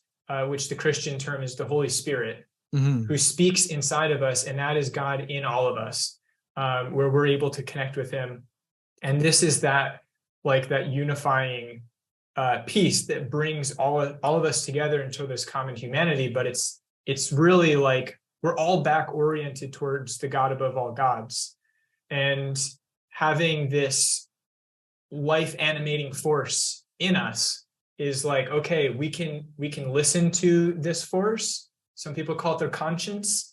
Again, the Christian term is like listen to the Holy Spirit, but like we can listen to that and then we can walk in this direction, or we can come out of tune with that and then choose our own stuff. But we also need that reminder of like, well, what is this story that we're trying to live out? And that's where again, the importance of paying attention to the Bible and hearing stories about the Bible, and like it's even especially reading it for yourself. This is what closes the gap between like just to sort out like what is it that we're even talking about, instead of just like picking up whatever tradition that somebody happens to be holding up. One of the distinctions that I'll make is like it's like there's spirituality, which is like an industry, and then it's like not all spirits are worth talking to. Some of them are like, they don't have your best interests in mind. They could be selfish, they could be like distorting, using you, and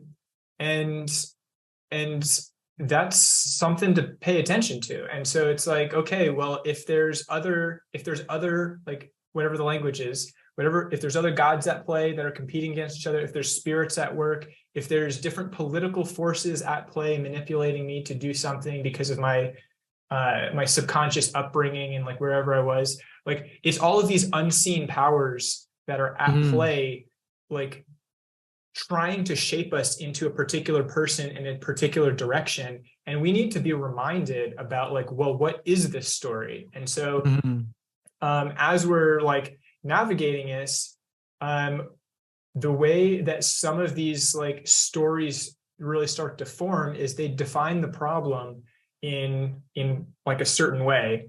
And this seems to be a distinction that gets that brings up all these little tribes all over. And so this unifying belief system is really like, this is the message of the gospel, and the gospel is that's a Christian term, I guess, but it just means like this is the good news of a messenger who's come back to share like a victory. And so like this is Jesus's message is again, our relationship with God has been restored from something that was broken. And the way that this is embodied in like that time, in that place, there's pretty big ethnic division going on between the Jewish community who separated themselves, and that's what they thought they were that's what they thought they were supposed to do to restore their relationship with God, is kind of like isolate and pull away. And then there's the Gentiles, which are just like the non-Jews. It's the Greek everyone population. else. It's everyone else. Everyone else. And as this story plays out, then Paul, who's one of he wrote most of the New Testament and is like close, one of the first followers of Jesus. He describes this message in the third chapter of his letter to the Ephesians as the unification between these ethnic groups, where it doesn't matter on what your gender is, what your political affiliation is, what your socioeconomic background is. Those things aren't important. The unifying factor is like, do we have this common value in Jesus? And this is the thing that has come to restore us. And we don't, and then like everything starts to shift after that. And like we see the story play out, which, you know, we can get into all that. But like the point is, when we understand like what this story is and like what the meaning is that it has on our life, then we can like step into that story. We can bring that presence here to really, again, just embody God on earth, to show love. And like, as I was saying, like, Jesus says you'll be known by how you show love to other people. And so this community that Jesus calls the church is a group of people who come together and are just like, okay, I'm committed to figuring this out, and we're just going to keep following Jesus. And some people do it great, and some people still have a lot of work to do. And if you check out other churches, I'm sure you'll experience the same thing. You know, that's anytime you go anywhere, this is the thing. But churches is this place that you've been talking about of like, where do we go to have these conversations and recalibrate ourselves to this story, and that calls us into a deeper identity, which is to reflect the identity of God. And you know, classically, it's like, okay, you can go to church on Sunday morning, and like that's a great time to get people together. There tends not to be a lot of conversation because it's like, you know, dude's up top giving his message and all that. And I would actually like to hear some of your experience. We didn't actually get into that this far into the conversation, like Miami and like what that was like for you. So I'm curious. Okay. So I don't know how this will go. I didn't really like journal or write too much down. And it was mid-November when I went. It's beginning of February now. So it's going on like, it's been a minute. 2.5 months or so. But yeah, that was kind of so how did this happen? I guess this is kind of how this conversation we're having now came to be, because you know, one of my friends that I had on my podcast like not too long ago, I was having this conversation with him, and this is a guy that I met through like a friend. I had gone to like a men's circle with him to, you know, talk about men's problems. What are we going, like, what's or just what's happening in our life? What are the, you know, challenges we're having? What are we struggling with? Creating a space for guys to talk with other guys about things that historically we've been sort of like, you know, taught that men don't do that. Men keep it all inside, blah, blah, blah. Right.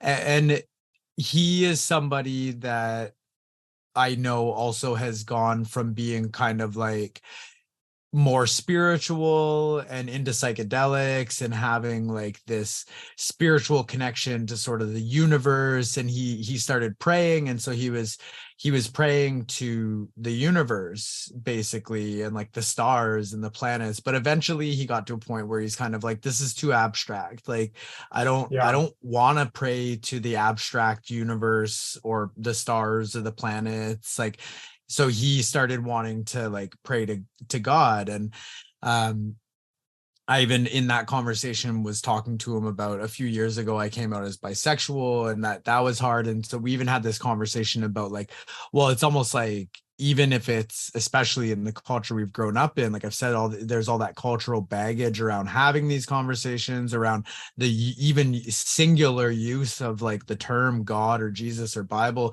brings up like this resistance. And so for him, he was like, I'm like coming out of like the God closet to even just talk about these things. Right. So I had that conversation. Yeah, I had that conversation with him, and I've just been really recognizing for myself that this is an area of my life that I really want to explore more, because of the lack of having any of this kind of in my life growing up or in my family. And also just realizing that, you know, it's like I have quite a complex history of trauma in my family, mental illness, addiction, my own struggles with this stuff. And I really have struggled with depression and anxiety and substance use a lot in my life. Not the substance use, not to like a large degree, not anything hardcore, but because of my seeing some of my family members, literally, like, but two of my mom's brothers are basically homeless drunks and drug addicts. And one of them, he lived with us a lot when I was growing up. And I actually, before I moved to Toronto about 10 years ago, he was living with us. And this was when he like unraveled. He became like, he stopped working, he started drinking, he wouldn't let anyone help him, and he just unraveled. And so I've had these pretty terrible experiences, and I've had these really challenging struggles, and a lot of my experience in life has felt like I'm alone. I'm alone in this journey, and I don't have the kind of like close, strong, deep relationships, healthy relationships with my family that I'd like. And I've had some really good friendships in my life, but as I get older, we drift apart, and people are having families, and just life is busy. And so the friendships I've had and that I relied on more in my youth, because I never really made friends at work or like school outside of high school very much, because I had a really big group of friends from high school. But as those relationships have started to break down, I've also realized that, like, people think it's hard making friends as an adult. It's also hard making friends as an adult when you didn't feel the need to make any friends for any of your life outside of high school, because you had a solid group of friends. And then when that starts petering out, it's like, so there's all these different things that are sort of adding to, which everyone has the experience of loneliness in life on a variety of levels. But yeah, just feeling like, life is challenging. It's full of suffering. It's full of tragedy. It's clearly full of people with, if not just selfish and greedy intentions, evil intentions. Like, there's so much corruption, there's such a history of war and just insanity. The more I know about the world, the more insane it is, and the more insane our history is. It's really sad.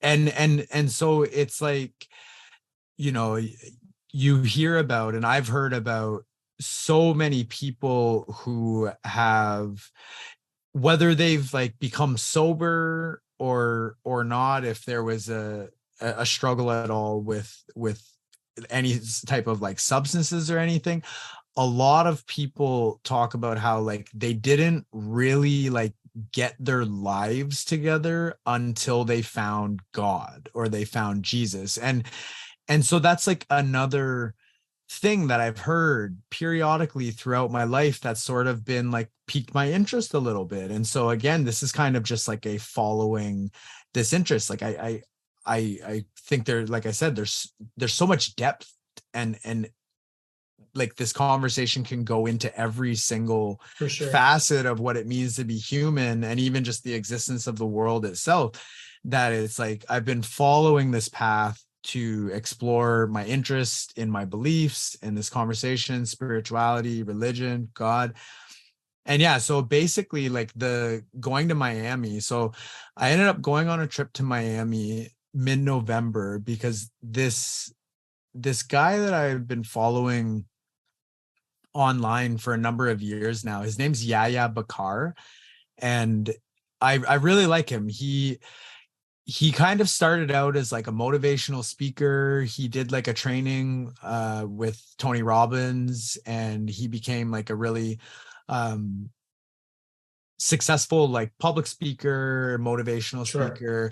And then he got more into sort of like business coaching, and he had a few different pivots over the years, and he even pivoted like over the pandemic with some of the things. He pivoted into sort of like, okay, he went kind of from like motivation and business into like, okay, now you've created some wealth for yourself, but here's how you protect it to create generational wealth for your family. So he went into sort of financial Sure. advising, wealth management, and I found that to be quite interesting. And then most recently, in the past several months, I had seen him post a couple times, and it's also interesting too because he's not somebody that I follow closely enough that like he's always one of the first that pops up on my feed, Sure. or he's always one of the first at the top of my stories. I kind of check him out when he sort of just pops into my life serendipitously. And so I had seen his story a couple times more recently, and he had, I guess you could say, pivoted again to being like, instead of it being more about kind of like self and like business and wealth, he has pivoted to like his own kind of like exploration of this area Yeah. of his life, particularly because he didn't have his father in his life growing up, and then because he decided that he wasn't Muslim, his father disowned him because his father was Muslim. Yeah. He's like, It's really if serious. yeah, so, and I already knew that story kind of from following him for a few years, and then he moved into this sort of like, he went from being like, um he said to a couple people basically that he recognized that he's really looking for like a father figure in his life, and people would be like, oh well, you should follow my father, it's Jesus Christ. And Yeah. he was at a point where he's kind of like, what is with all these Jesus freaks, like I'm good, get away from me. Like, Uh-huh. and this is part of what actually really resonates with me as well, because it's like he's speaking my language. It's like Sure.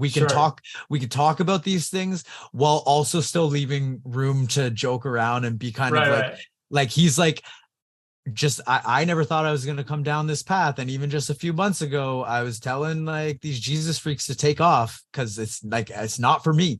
Yeah. but Yeah. then Yeah. he but then he kept having these things happen, and so he was kind of like pulling on the thread and following this, and now he's converted to being Christian, and his sort of business pivot is because he's new to this. He's actually got some like prophets, modern day prophets that he had gone and seen, kind of on board to be like the teachers of this biblical study program, because he's like, I can't teach this, like Sure. i'm Sure. i'm trying to learn. But the concept also is about like being like the it's sort of like the whole picture. It's like being a man and being the leader of your family in every one of those other realms that he Yeah. was already focused on, but now to the point of like being in connection with this higher power and living your life in service to your purpose for being here. And so he basically was posting about it. He had like a, not a workshop, but like he was giving it a full testimonial of how he got from being like, get away from me, Jesus freaks, several months ago, to being like, all right, I'm a believer, like I'm a Yeah. follower Yeah. of God and Jesus, and I'm like all in. And this guy's like all in, like he's Yeah. hardcore. Yeah. And Yeah. that's like one of the things I love about him. But Yeah. yeah, so I've really resonated with this guy. I end up checking out the testimonial. It's while I'm like driving around for work doing deliveries. Yeah. He says at the beginning, he's like, I haven't practiced, like I haven't prepared for this, so I don't know how long this is going to take. It might be an hour, might be an hour and a half, I don't know. Ends up being 4.5 hours. Oh And I yeah. so yeah, so I listen to this, and like people say, like when you start trying to connect with God or the universe or your higher self, or when you silence the chatter of our mind and you let that quiet whisper of the voice of your true self come sort of from your heart, that it's like when you start getting aligned with your purpose and listening to those voices or that voice, whatever you want to call it, whatever it means to you, that these like synchronicities start happening and these really weird and amazing things start happening, that these are the kinds of things that turn people like this guy Yaya into a believer, because it's like there's no logical explanation as to how this could possibly be. And he gave some examples of that, but he basically, there was a couple things in this testimony that were kind of like serendipitous or synchronistic for me. And so he basically was like, as most workshops or things go, he's a businessman. I've known him to be throughout sort of my following him. It's like they're going to end with some sort of offer, right? And so he does lay out that like he this is sort of his new business, and it's like a biblical study, but it's about being like the best man that you can be, the father of your family, the leader of your family, and leader in the community and the world for good and for God, for the purpose of like why Jesus was here, to teach us to love one another and to get along and to do what we know to be right, and to like combat the evils that are running loose in this world by being a good person that's acting in service of good and of God. And so I kind of was like, well, I can't really do that.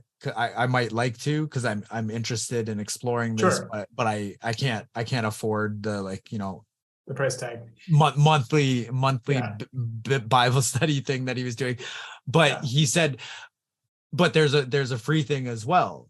The one of the prophets that he went and that prophesied over him, that turned him into a believer, who's now one of the essentially like teachers of his like biblical study program, is doing this event in Miami.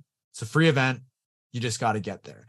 And so I was kind of like, like I probably shouldn't, like I shouldn't really like spend the money. I can't really afford to, but I just like, I felt that calling was like, go, like you should go. And I had, it's like, I also had like a $600 or a $400 like travel voucher to use, that I was I got like a good chunk of like the expenses there paid. So I ended up being like, you know what, I'm going to go. I want to go. I feel called to go. I feel like there's some serendipitous, synchronistic connection between me. And one of the reasons too was because one of the main sort of characters in his testimonial was this woman, Tara. And then at the very end of the whole thing, he's talking about Tara and her husband, Phil. And he goes like, hey, Tara, are you on the call right now? Are you on? If you're on right now, like turn your camera on. I want to like talk to you. And so this woman comes on and I'm like, what the fuck? And I went right before the pandemic. I went to San Diego 4 times over the course of like 5 months for this leadership program that I was doing. And I met this woman there and her husband. I met her and her husband there because they were like involved in this like organization. They had done the program. And so they like came back to help and stuff. And she also, a bunch of people told me she was like a really popular coach and like really. And so she just like comes on and I'm like, what the fuck? Like I've literally met her and like her husband, who are such like integral parts of this like story. And I really like this guy. And one of the other main people that he like mentioned as part of this story was this guy, Patrick Bet David, who he's runs. Have you ever seen Valuetainment? Tell me about it. Well, it's just relevant. It's just like he has like a podcast and he's a businessman and he has like really interesting people on. And it was just like another person that like I've been following for years. That I really like, and who is actually somebody more that I signals, see more alignment. So just like more alignment and so I just like, I decided to go and, like what to say about the event itself. It was, I'm glad I went. Like it it was good to, you know, just one of the motivations to go as well was just to get out of Southern Ontario for a few days. Sure. I'm like, do I want to go to Miami for a few days mid-November? I'm like, Yeah. I think I do. But no, it was really cool. Like, it was like I went on this little adventure. I was like, I'm going on like a pilgrimage. Yeah. And but it also was just interesting because I've never been to church in my life for a service. And I've talked to Justine about it, and we read this like book that my old roommate gave us called Remembering the Saints that we both really like, just kind of recounting in just a few pages for each saint, recounting like what their life story was and why they're remembered, why they were sainted. And it was really good. And I've thought about, for the purpose of like community and exploring this stuff, just like possibly checking out a church like over here or something. But I just hadn't done it yet, and I hadn't had something to sort of like give me that push. And so this sort of was that push, I think. And because it was like almost like making a big deal out of it, because that's what I needed for some reason, to be like, make it this like bigger thing than it was. It's like it's like my first time going to like a church service. I'm gonna go fly to Miami to go check out. I gotta go big on this. Exactly. Go big or go home. Well, it's funny because Justine was like, you know, they have churches over here that would be a lot cheaper than going over there, right? I'm like, yeah. But this is like the guy. This is the modern day prophet, which was part of the other reason, right? Because one of the things that sort of he was talking about, but that I've also like thought about and heard other people talk about before, is that, like, you know, when we look at the Jesus figures in history, the Buddha, Allah, Muhammad, Moses, Abraham, like all these figures, is that it's like they were people who had lived and attained a certain level of enlightenment or Christ consciousness or a certain connection with God that made them people that we remember for forever. Like, we still remember them. And that it's like those people weren't only in the past. Like, there's 8 billion of us on the planet now. There's actually more modern day prophets than there ever have been in history, but we live in such a different world now. And it's like the 24-hour news cycle and the hyper connectivity and the being bombarded with everything that it's like, we just don't like it's like finding a needle in a haystack. It's like, you just won't, if you're not going out and looking for them in some capacity, then you're just not going to hear about them. Right.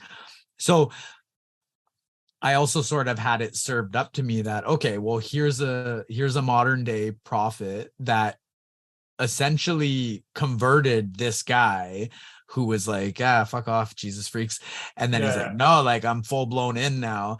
And even in the testimony, there was actually video of him when he went to see this guy, because he got picked out of the audience and sort of prophesied over. And there was another one that he went to that had happened as well. And so I kind of was just like, I want to go see a modern day prophet and like see what this is all about. So yeah, so like I went, I brought my, like, I have one suit. I have one suit. I never wear it because it's like a suit I bought for one of my best friend's wedding like 10 years ago. And it's like, I wore it for his wedding. And then I wore it for my dad and my stepmom's. Me and my 3 brothers organized a 20th wedding anniversary party for them a few years ago. And they got married on Halloween. So I wore my suit and I was Tony Stark for Halloween, pretty much just like an excuse to wear my suit. And I also was just like, I'm going to church for the first time. I got this suit I never wear. I should probably like fucking do it up right. And so I brought my suit. I wear the suit. People really liked my suit because there was all these like, it was in this huge center, like I forget what the place was called, but it's like downtown Miami. huge center that Yeah, just like holds this like, huge convention center. yeah, like held, it wasn't a church, it was a convention center. It held like 6,000 people or something. There was about Sure. 4,000 of us there. And it was Wow. just this like this huge event and this huge production, because he's also this like huge character. And so Sure, sure. they had this like full band there. So there was like this, it was funny because actually not long ago I heard or I saw like a meme or like a funny thing someone posted where someone was saying something about how like they were like when they used to go to church when they were like a kid and like when they were younger, they were so like awestruck by like the church and by like the band and the singing, and there's like this whole thing, right? And then they're like, turns out when I got in my late teens and I started like going to concerts like with my friends, like I got the same feeling. It turns out I just really like live music. Yeah, yeah. Uh-huh. So there was this band there is this like, the band was great, the music was great. They were like very like a lot of the songs were Sure. very like biblical Jesus language and tunes and Sure, stuff. sure. But honestly, like some of the songs were like great, and this woman was an incredible singer. So like the whole atmosphere and experience was, overall it was like a net positive. Like Yeah, everything, yeah. It sounds super positive. like everything about it pretty much. It's like, you know, the people that were sitting around me, I was like chatting with, and they also get you to interact with your neighbor. Right, Like right. they're like, turn to your neighbor and say this and stuff. Yeah, And I was yeah. just kind of going along with it and having fun. I'm like, fuck, like I'm here, I might as Yeah, well, yeah. right? Like there was some people around me that were just like sitting there being really quiet and stuff. I'm just Sure. like, fuck it, I'm just gonna give Yeah. her.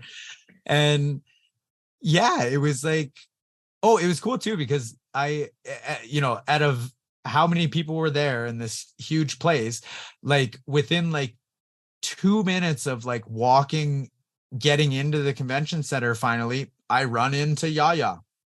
Oh yeah. I run into Yaya, and That's awesome. I'm like, Yaya, hey, it's Dan. Like, I came from Toronto, blah, blah, blah. Yeah, yeah, And yeah. he's like, hey, so I talked to him for a few minutes. So there was like sort of this other like little, you know, Nice. synchronicity. It's like as if I Right. just ran into him as soon as I walk in the Right. building. Yeah. What are those And chances? it wasn't like he was waiting at the front door greeting people. Like Right, he right. was like, I just happened to like run into him. And um yeah, so it was, I thought it was really cool because like there is kind of like a couple people that came out. So the guy's name's Prophet Lovy, Lovy. Okay. And I also like, I checked him out. He's got a YouTube channel. I checked him out. I really like him as well. That's part of why I wanted to go see him. I'm like, I get a really good like vibe from this guy. Sure.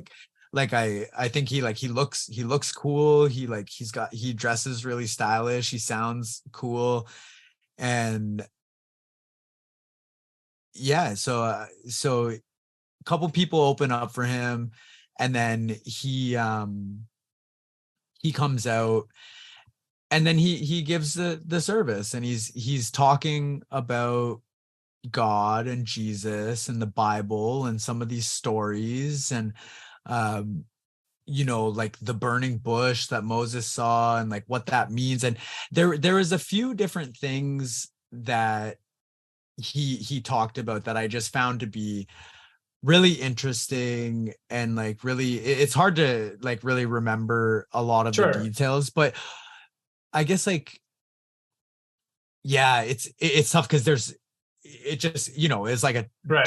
2 hour service, and he talked about 2 hour so many things. service a couple months And ago. you know, Yeah. and it talks about like, you know, like the fall of Satan and the fallen angels, and how it's like, I guess something that he talked about kind of with like the like burning bush was that it's like God was the fire in the burning bush talking to Yeah. Moses, right? And so he talked quite a bit about how like when you are connected to God or Jesus, it's that actually like you're the fire. you're burning, and it's because it's Yeah. like you it's not just that you're connected to that thing, it's that you are that thing. And it's like anything that's not that thing, then the fire burns them. So it's like as soon as you are disconnected from that, from like being that yourself, like solidly, then the presence of it burns you, and then you're essentially like you're on fire. It's like it destroys anything that isn't it, kind of. And that's why like hell is on fire, because Sure. it's like the fire that sort of like is God just burns everything that isn't the same as it. Right. And so I guess like one of the reasons that it was like really interesting and I really appreciated going, and similar things happened in some of the leadership programs that I went to, where like we did an exercise where I had the ability to have a visualization of some sort that just came through as this really powerful visualization, because he was talking about how it's like we go to church and we have these conversations so that we can reconnect to the fact that we are the same thing as God. And when we connect to it, then we are burning. And then we sort of like, we burn up anything in the world that isn't that. And it's like being connected to that. That's how you do your work in the world. That's how you do what you came Sure. here for. It's like finding your purpose. And so I had this really powerful like visualization of like becoming the fire, sort of, not rather than like catching on fire. And Mhm. I found like I had a couple different experiences while I was there that I found really valuable and really personally meaningful. I guess like that's one of the things, like that's why people go, right? It's like to connect with other people and to connect with this higher power and to connect with this higher purpose and to rebalance ourselves to our center and stuff. And so mostly it was like all good. When it got into the sort of like getting people to come down by calling out sort of their demons and kind of exercising them, there was like that kind of thing was going on as well. And like the speaking in tongues, like a bit, people were doing that, and he was doing that a little bit. That is like kind of where it lost me a little bit. Yeah. But even that is like that's part of the conversation. It's like it's okay if you don't resonate with everything, if some things, you know, pique your curiosity and some things turn you off or whatever, right? Because even when like some of the stuff you were saying before about how, you know, like a lot of people believe that the Bible actually is stories that weren't literal, and they're actually not to be taken literal in many ways. And a lot of people think it was literal, and that it's like you said, it's like physically Jesus was this man who was the Son of God. He died for our sins, and then he was resurrected physically. And like a lot of people, that's where you lose them. That's where the whole concept, the whole conversation loses them. And then people won't even engage in so much of the rest of the valuable parts of the conversation because they focus on that. And so for me, it's like there were elements of some things that I was kind of like, I don't know if I can really get on board with that. And there are some reasons for that. Like there was like some lady who was like on crutches who like let go of her crutch and was waddling around. And for me, I'm like, from a scientific perspective, like the adrenaline that people can get when they're having like a really profound experience and they're surrounded by all this energy, it's like she might be like in a lot of pain tomorrow because like he didn't heal her fucking crippled legs, but she did something that maybe she shouldn't have because she was like kind of like enraptured by the whole experience. That's part of why it kind of like lost me. And because like a lot of the like he gave sort of some examples of like ailments that he could heal for people, and most of the people that came up or like came to the mic to speak were largely represented by the things that he already sort of gave as an example. Like they said, Sure. like stuff with walking, or like stuff with like your eyes. So like half the people that were like, oh, my eyes suddenly are better, and I'm like, my eyes, I wear glasses. I'm like, and I Yeah, was like yeah. up at the top, and I'm like, I don't know, like, am I just not believing hard enough? Right, right. Like, kind of thing. So, but even that stuff I thought was,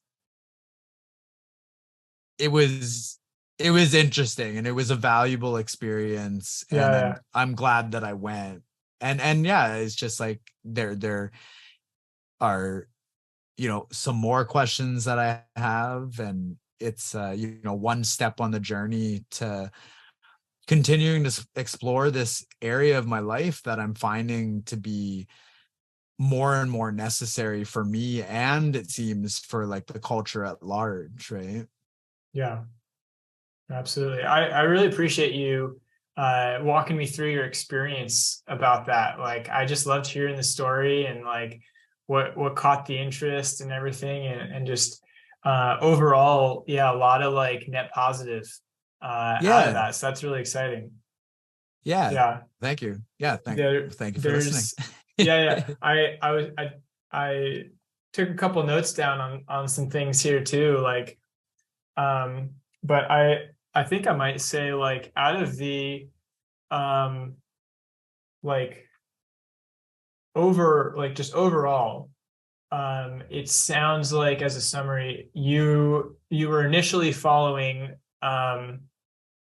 you followed this guy and you trusted his story, and because you had this level of rapport, and then he Mhm. was like, hey, I'm gonna go and do this Jesus thing. And then you were like, Jesus thing, I'm curious. And then like you just followed the path, and then um it was like this like kickstart. It was like, okay, going all in to just experience what is this thing. Um, so that's what kind of led you into it. The question that I would then ask is like, okay, now coming out of that, um, is there like closing the gap between there and like this conversation that like we had it here. There's been like some things just kind of like wrestling through your head, like, yeah, there's a bunch of content and like some confusing stuff that happened at the event, or like some bunch of weird stuff. And I have questions about some of those things myself. Yeah. And then there's some other things on there. It's like, oh, they're like those are some pretty cool moments.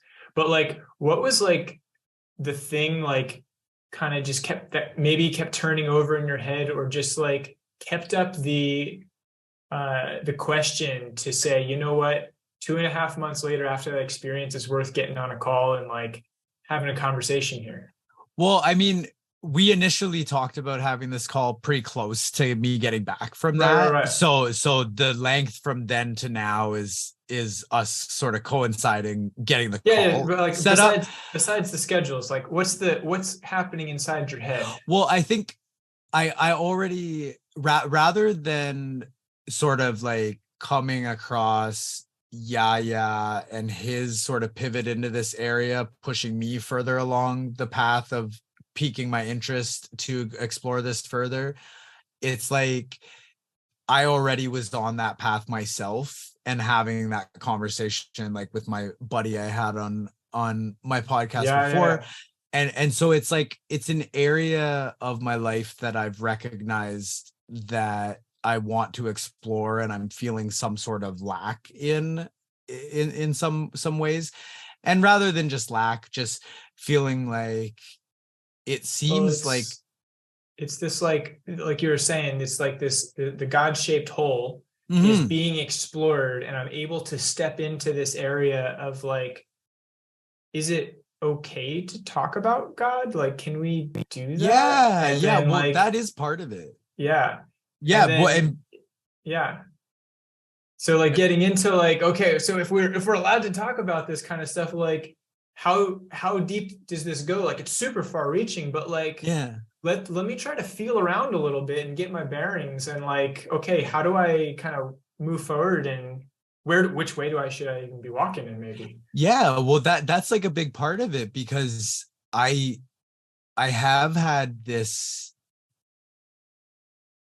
desire and this kind of yearning inside, and when I hear things like that from multiple people, or multiple similar sort of stories and ideas and concepts over time, over years, over the course of my life, about that, it's like, well, because one of the other things that happened around the time I had that conversation with my friend as well was that there's this guy that I was like not very familiar with, but I had seen him on, he's like this biohacker dude named Ben Greenfield, and I saw him on like a course through Mind Valley, which is like a really popular like online spiritual and personal growth platform online. And I think it might have actually been my friend told me that he also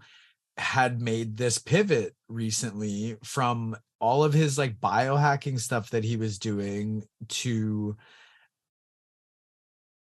writing a book about like God and his connection to Jesus and Christianity. So I was having sort of like all these different little clues and things pointing me in, and it really is me paying attention to that little spark inside myself of interest. And it doesn't really matter like what specifically for me and my story and experience of not being religious or ever having gone to like church or anything is probably part of why I have that interest, because I never really had like a foundation in a foundational kind of experience with this stuff growing up. But I always had my own little experiences of being connected to the stories, knowing the stories to whatever degree I did. Like for instance, this is something that I don't think I've talked about on my podcast. I haven't told like too many people about, because you get sort of these like sideways looks. And one friend I told about one time, one of my best friends, I found out that later he like told some of my other friends, and then they were sort of like talking behind my back kind of because of this. Weird. And it was like, I don't know why, but one of the things that I remember, as long as I have a memory, essentially from the time I was like 4 or 5 years old, I just had this really deep feeling that I'm here to do something big and important and powerful and good. Like, and I had no religious background, but still had the conception that Jesus is this person that apparently lived 2,000 years ago, and he's the figurehead of this religion, this story that we're still telling and still following to this day. Our culture is essentially embedded in this story. So many like integral parts of this like culture and stories that I did learn, like Santa and Christmas and stuff, is all part of it. And that like this feeling of being here to do something big and good had this idea attached to it that it's something so big that it's like I'll be remembered for thousands of years like Jesus. And it's like, so of course I haven't told anyone that in my life, because they'll be like, what a fucking crazy asshole, Messiah complex, fucking egotistical narcissist, whatever, right? So like, but it wasn't really based in anything religious. It was based in the like fact that just like the saints, there are people that are remembered because they live their life in such a way that people thought that they provided so much value to other people and so much service. They lived their life in service to others, and they did so much good for other people, and they sacrificed so much in so many cases, many of which sacrificed their lives. like physically, not just like, Right. working towards something for the whole of their life, that it's like they're remembered. And it's like, why wouldn't we want to have that culturally and individually as a conversation and as a like set of values that we hold together and that we organize our society around? So I also felt like, how some kids are called like they're like extra sensitive kids, Sure. or they're called like some call them like star childs, or Sure. like it's like some kids are connected to their soul, Hmm. to God, to beings beyond this Hmm. realm of existence and stuff. And I always had this like deep sense that I've had sort of like dark spirits following me throughout my life. And I've also struggled with Hmm. depression and anxiety in my life. So I've there's been a constant like seesaw inside myself and my brain and the way I think about myself and my life and my struggles and the world. It's kind of gone really back and forth between like thinking about things in a scientific way where I could like chalk it up to different psychological phenomena that might be happening strictly in my brain, Sure. or thinking like, I don't know, like I've had weird experiences in my life that seem to be inexplicable outside of some type of illogical, Hmm. more mystical explanation. And I know so many other people that do, and the vast Yeah. majority of the world continue to be faithful to some type of religious denomination or religion. Hmm. And that,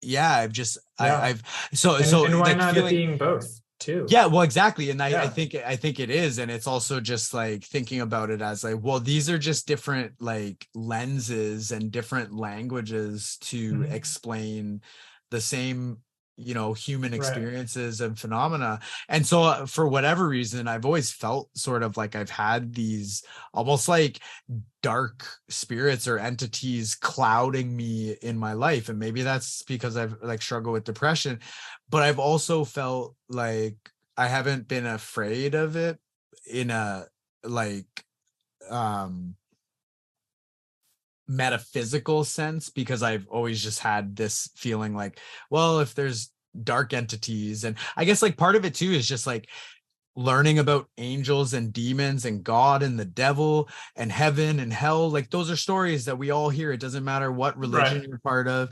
And it doesn't matter if you're not religious. It's like that's some of the best material you hear like comedians talk Sure. about and stuff, Yeah. Yeah. or some of the best stories. And just being like, fuck, like, oh, so there's demons and the devil and they're trying to get us. And Hmm. like, and so that sort of plays into those beliefs, especially as a child when you don't know better. Sure. But I just also had this sense that, well, if there's like demons trying to get me, then there's angels protecting me, and that's Right. kind of all there is to it. Like Hmm. I'm gonna, the angels got my back, Sure. like Sure. kind of thing. So I've always had this deep sort of like connection and curiosity and this feeling of like being here for like some sort of higher purpose that I've been kind of trying to figure out through my life. Hmm. And I've like explored that like through the realm of like political activism, which I think you Hmm. see that playing out with like a lot of people in today's Yeah. day and age. And yeah, There's I just. this there's this idea of like with the political activism, um, people are trying to create this good world, like reclaiming the good world that God created initially. But this is a sense where it's like, well, under whose value system are you creating this new world? And some Mhm. of that phrase is like, we're trying to bring the kingdom of God here on earth, but without the king, God himself. And and so that's an area where it's like, well, is that the reality?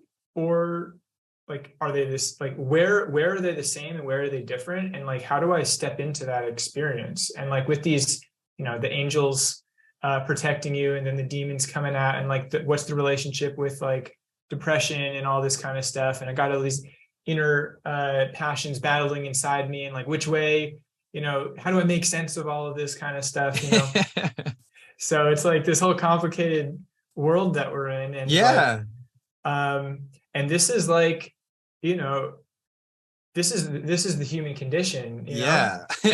and like this is like also specifically like Paul talks about this a lot in the New Testament, and like, how do I navigate these competing desires within me? And like, should I listen to my heart? How do I know that I can even trust my heart? How do I know that like these inner thoughts and things coming out of me are of like this higher power, or are they the dark, they're trickster demons, that it's the trickster that's like coming and that's the kind of stuff that I think about too, is because it's it's like this is stuff that might seem more childish, but ultimately it's like, no, I'm still in the same place, I'm still wondering a lot of the same things. I think like a lot of the things that we consider to be childish are actually just human, and the only reason we don't like talk about them as much is because we think it makes us like childish or immature, or like we like look stupid because like we don't have the answers. But I think about stuff like that where I'm like, is this my higher self talking, or is this a trickster, evil entity trying to trick me into following the wrong path? And it's just like it's so funny, and it's just it is this human experience. And like this dynamic of like, okay, the trickster versus the higher power. It's like, okay, if I'm trying to navigate this, it would be really helpful if I had a reference point for like what does the good voice sound like, and how do I attune to that voice? If only there was something. If only there was something that people have been following since the beginning of recorded history. Yeah. And so it helps to attune ourselves to to this story of the Bible. And like, again, some of the language that we were talking about, like, is it childish to talk about like angels and demons and spirits and all this kind of stuff versus like the scientific description of it? Or if like, okay, well, if like the God of the Bible is like an embodied being, like in Jesus, and like this is the conversation of like, well, it's not a God of the gap scenario, it's like this is how the two become one. And then we see like, okay, how does Jesus refer to this? And he's like, let all the little children come to me. Like, and if you're not acting like not like childish, but like he's like, you want to be like a child to enter the kingdom of heaven. Like if you want to see the world where like God space and human space overlap, and then we can play that out, like we got to have like the heart of a kid, which another way to say that is I got to like check my ego and set that aside so that I'm not prioritizing myself and my image and my pride over like, is like, maybe I need to do some real work here and like get into it, or maybe I just need to connect with somebody and just be willing to have a vulnerable conversation. And like there's a lot of ways we can play that out. But and like our being sort of like connected to this childlike entity or spirit within us, like our childlike nature is really about like letting down a lot of the defenses, and like they may be ego defenses, or like the leadership program that I did in San Diego, one of the big concepts that it focused on in like the first weekend that we went was like, what is the core essence of the human being? And we think about those as childlike qualities. It's like being like curious and playful and joyful and inquisitive and all these things that actually, like, we don't think of them as bad or negative in any way, even though we think of them as childlike. So if we think of them as childish and as like sort of identify them with that, then we kind of twist it with but it's because it's like when like the essence of the human being actually has all of the best qualities that children have that make children the best teachers for adults to reconnect with their humanity, essentially.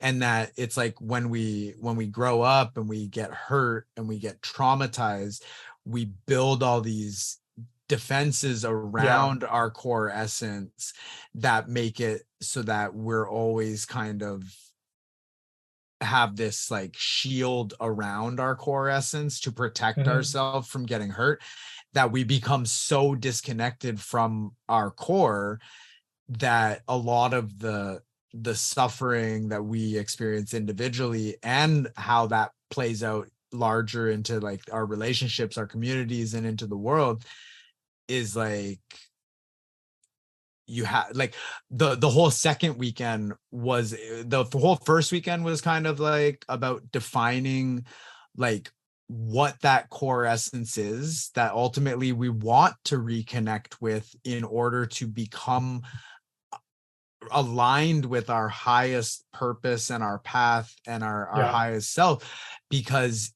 in order to like be authentic, we have to be vulnerable. And Absolutely. in order to, you know, it's like in order to fall in love, you have to open yourself up to hurt. You have to be vulnerable. You have to expose yourself. You have to let those defenses down. And so it's like the whole second part of the weekend was about breaking through the defenses that we've put up in order to reconnect with our essence. And by the end of the like second weekend, we did all this work, we did all these exercises, and it was like we were actually standing in a room full of people that were authentic human beings with their defenses down. And it was like one of the most profound things I've like ever experienced. But from the outside looking in, similar to how people might look from the outside in at people that are religious or that go to church and stuff, it might look weird or silly, or like you just don't get it unless you kind of go through it yourself a bit as well. But no, I mean, like the experience that you're talking about there is really like when you start off in the beginning, you're talking about like stepping into what is the identity, like what is this identity that I'm trying to step into, and then the things are flowing from the identity, and then because everything will flow from that. It's like we're trying to get this picture, like you described this without using like the term God, but like it's basically how it's basically an effort to like, this seems like a path to God. And then that path leads towards an identity, like the future version of me. And then now we try to walk it back. And it's like, okay, like as I'm going through that with a bunch of other people, like that is a deeply spiritual, like it's this ultimate experience. It's very transformative. And it is like a, you know, maybe, well, this, like I said, this is one path from people in this community. And then from a religious community, they'll do something similar. They, you know, there's retreats that people go on, there's, you know, weekly gatherings, all the kind of stuff. And there's another path, but then the question is like, a religious person might ask, is that the same as what we're doing, or is that like completely a separate thing? And then the person over in like the experience that you had is like, well, they look pretty same to me. And like, and this is where we get into a situation of like, is the language that we're using just different to describe the same experience, or is there actually fundamentally something that's distinct between these? And and what I might say is like, if I zoom out a little bit, now I'm seeing these different paths, like, with God being this like ultimate being, and all of this, there's infinite number of paths to find God. And people, like, God meets us where we're at. Like, that's the whole story, again, of like story of Jesus. It's like, how does God make himself known to us as people, and how does he show up here? And so like, he wants to meet us on our terms, or rather he wants to meet us where we're at. And so he'll meet us where we're at, whatever the path is. Okay, cool. We walk down the path. And this is what I call like the experience of dating God. Because like this whole time we're talking about, what's up, God? Yeah. And so like, we have these little synchronicities where we're like, he's flirting with us, and we're like, okay, I'll see you.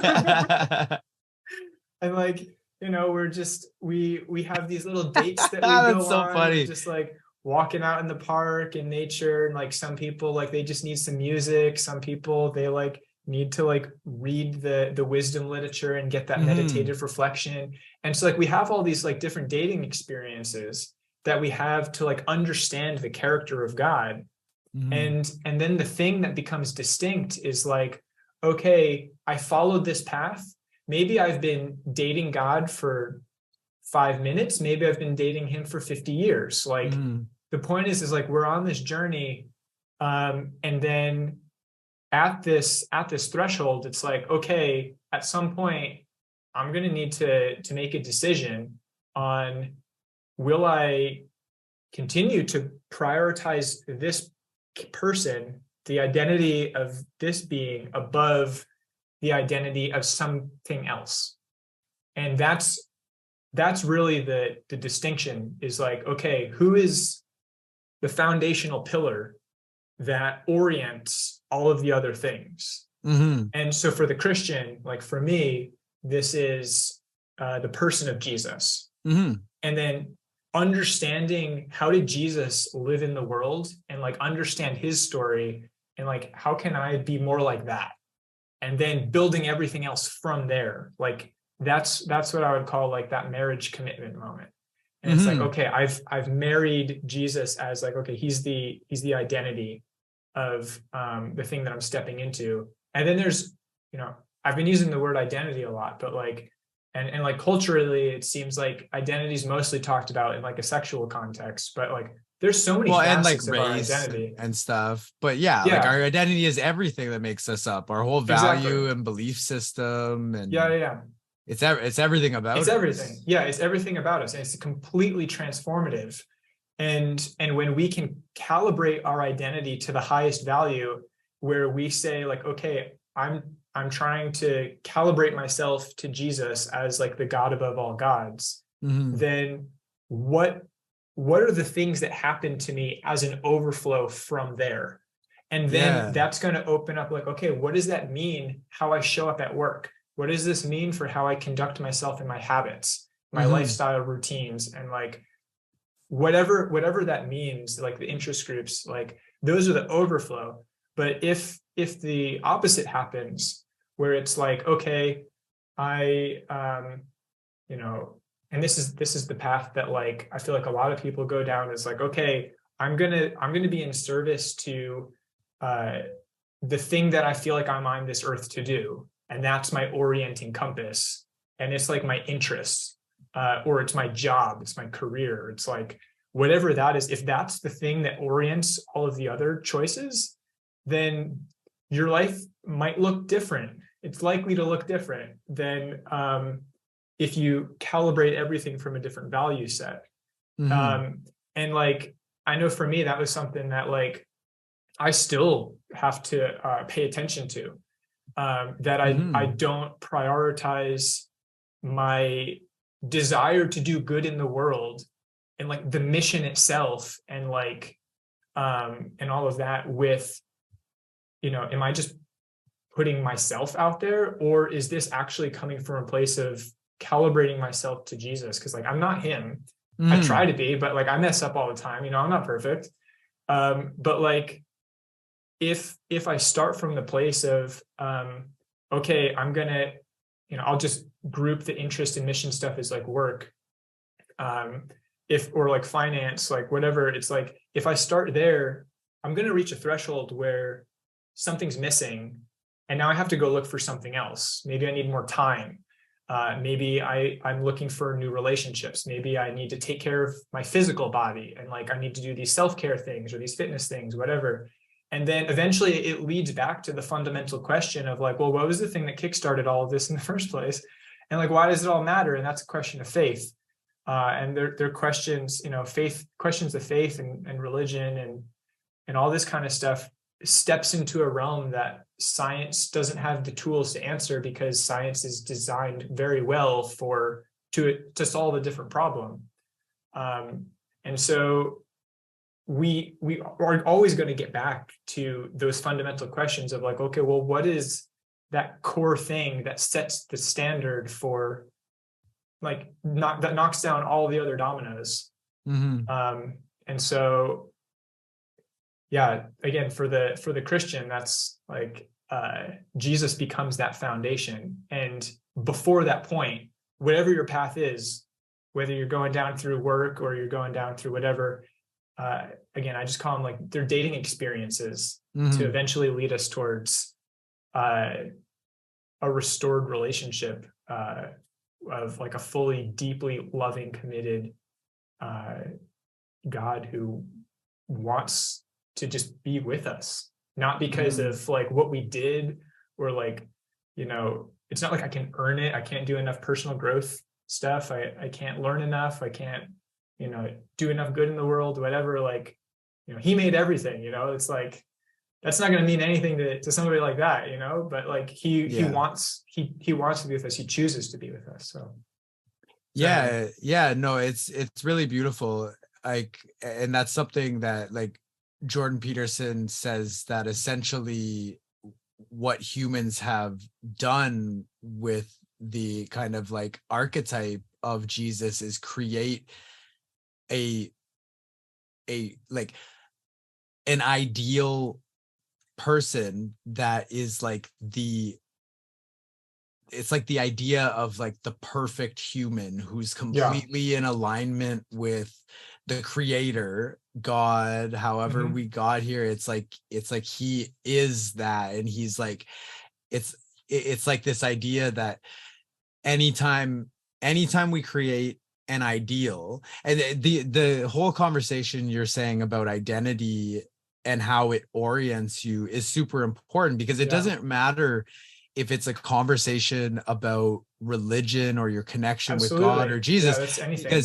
because in everything that we want to do, everything we want to accomplish, everything we want to be in life is the same story, is that you actually need to create a new identity, because it's our identity of who we are now. And it's like, that's what's orienting us. It's what's orienting our beliefs and our values and our behaviors and the relationships we have in our life, the way we show up at work, the way we show up everywhere, right? The way we show up for our partner, our friends, our family, how we take care of our pets, whatever it might be. It's like our beliefs are like subject to our identity. It's like the identity is at a higher order, basically. Absolutely. Because it's like our beliefs are part of our identity, right? Like, and so it's like, if we want to change our behaviors, get in better shape, take care of ourselves better, make more money, get a different job, get a relationship, have a baby, buy a house, it's like, it doesn't matter. I've heard so many people in like personal growth circles and success coaches and stuff talk about this kind of stuff too. So it's just interesting that there's like so many things sort of do end up kind of pointing in the same direction, which is part of that pull for me, and that seeking for me, and that it's gone back to having this conversation more openly. Like, this is probably the most in-depth I've ever had a conversation like this in my life. And it's like, it's really, I find it to be extremely interesting, and it's like nurturing. Like Absolutely. it's like being able to connect with another person on really deep topics, about things that matter. And it's Yeah. like, what matters more than like those big questions, like who am I and who do I want to be and how did we get here and how do I get from where I want to be, or from where I am to where I want to be. And so many people talk about how it's, well, actually you have to create a new identity first. And then Jordan talks about like, it's this story of like the answer to those questions make up the story that is the operating system for us as individuals, and how we identify ourselves to the like Yeah. overarching stories, and how our culture and how we as like communities Yeah. and as a species, it's like it's that story and our identity. It's like, what character are we playing in the story of Right. this world? Right. Right. and No, and exactly. and if we're not playing the kind of character we want to be, or if we're not where we want to be in whatever area of our life, how do we get to where we want to be? It's like, well, you have to connect to this new identity to be the orienting like thing that Yeah.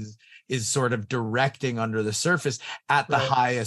highest level, basically. Absolutely. Yeah. It's like the keystone identity Yeah, that like dominoes everything else. it's like, if you're not afraid to have this conversation of this nature for the types of reasons that I have in my life Sure. previous to sort of getting to this point that I'm at now, it's like, yeah, like I really do think that like, for me in my life, this is something that I've been wanting to explore more. It's something I want to talk about. And it's something that I actually think that the world is seeming so just fucking insanely crazy right now, because this is the sort of like the seeds that were sown hundreds of years ago when God died, according to Nietzsche, Right. and Right. society moved towards secularization, which was good for certain reasons. But then Yeah. this idea that we thought we could do without God or without the transcendent is now sort of like reaping the fruits of those Mhm. seeds, and we're seeing that actually we can't. And here's how it's coming out in like destructive and aberrant ways and pathological ways, because we need this higher order figures and identities and values and a story, and this connection to the creationary power of the universe. Whether like, I've sort of Yeah. for many years have thought of it less as a figurehead and more as like a force, like gravity. Mhm. Yeah. It's like the unifying field theory force that they're trying to sort of figure out with quantum physics to explain like, general relativity, like Einstein's theories with like Newtonian physics, Mhm. is like this unified field. And for me, for years, I've been like, well, that's what God is to Right. me, Right. Right. Right. right? But I still have been just, yeah, wanting to Yeah. And explore I this do further. agree And yeah, too. Like, so like this is like it's been confusing people for centuries. And so like it'll keep being confusing. But it's like related to the idea of like the identity of God.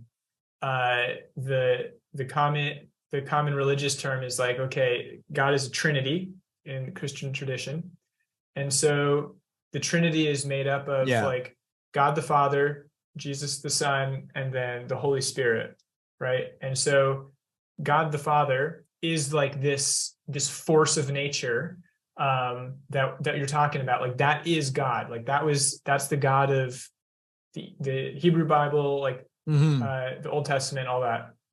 Um, and then we see like the Holy Spirit, which is like, okay, this is the part of God that is like inside each of us as people that unify all of us. And then there's a deeper level of the Spirit that we can become in sync with when that like point of commitment happens. But people debate over at what threshold, all that. But like we can become more like God, or have God more in us at that point. And then there's like this person of Jesus, which conceptually, the way that I've like can communicate that is like, okay, if God is only a concept, it's hard to understand what that concept, like, how do I interact with a concept? And Right. like I like abstract things. I like working through those kind of, it's fun, but like it's still, I mean, it's helpful to have a common reference point that everybody can point to and say, okay, this is what we mean when we're talking about it. And so that's where that can be helpful. Yeah. But just kind of anyway, summarizing some of the stuff that you were talking about is like, okay, everybody agrees that we need to figure out who do we want to become, and like identity is important.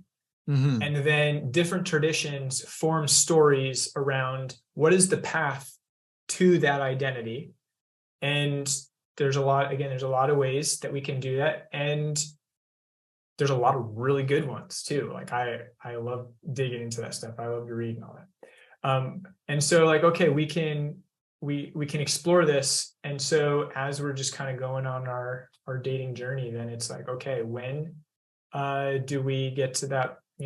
Like we just want to continue to understand the character of God even deeper, and that just continues our dating journey, and it really helps to go through it with somebody else, and so that's where the community of the church finds its role, is like, this it was never actually designed to be a solo activity. Like the nature of the Bible itself is like, it was written as communal literature to be read aloud in a gathering with other people to talk about it. And and so anyway, that's kind of that setting. But yeah, so as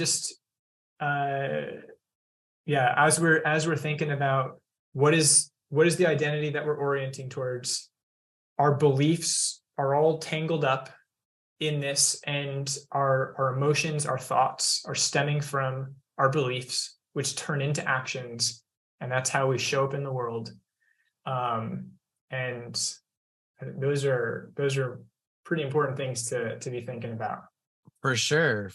Well, I'm just mindful of the time. We're at about 3 hours, so I think that's probably like a good place. That's a pretty good spot right there. Good spot to wrap up. But yeah, it's a really interesting conversation, and there's so much to it for us as individuals, and it's like, we need to figure out who we want to be as individuals, and we need to figure out collectively who we want to be as a community and as a nation, and what kind of world do we want to live in, and how do we get along, how do we find common ground where we can, because we're more similar than we're different, and stop fighting about our differences. Absolutely. And it's not just this intellectual navel gazing exercise. It's like there are a lot of crazy things happening in the world, and this kind of conversation is the kind of things we need to talk about for us to figure out like how to get to where we want to be in life as individuals, and how do we make the world the kind of world we actually want to live in. Because I'll end on this, or I'll give you a minute to sort of add anything. Sure. But there's something that I've thought about for a number of years as well, that even if you think about this in a scientific way, in a biological way, a psychological way, it's like you think about how life evolved on Earth, if you believe that, then it's like we went from being single-celled organisms to multi-celled organisms to complex creatures Yeah.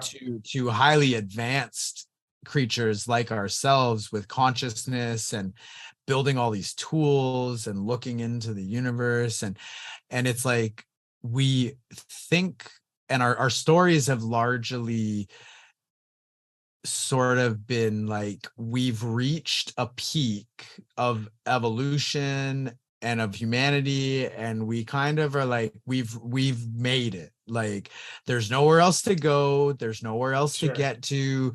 We're like we're the most advanced we've ever been, we're the smartest we've ever been, but it's like we're very clever in our, you know, ability to create knowledge and discover things to understand the world, but we're still incredibly lacking in wisdom, right? And so this conversation is wrapped up in like wisdom traditions and conversations that humanity has been engaged in since long before, you know, recorded history.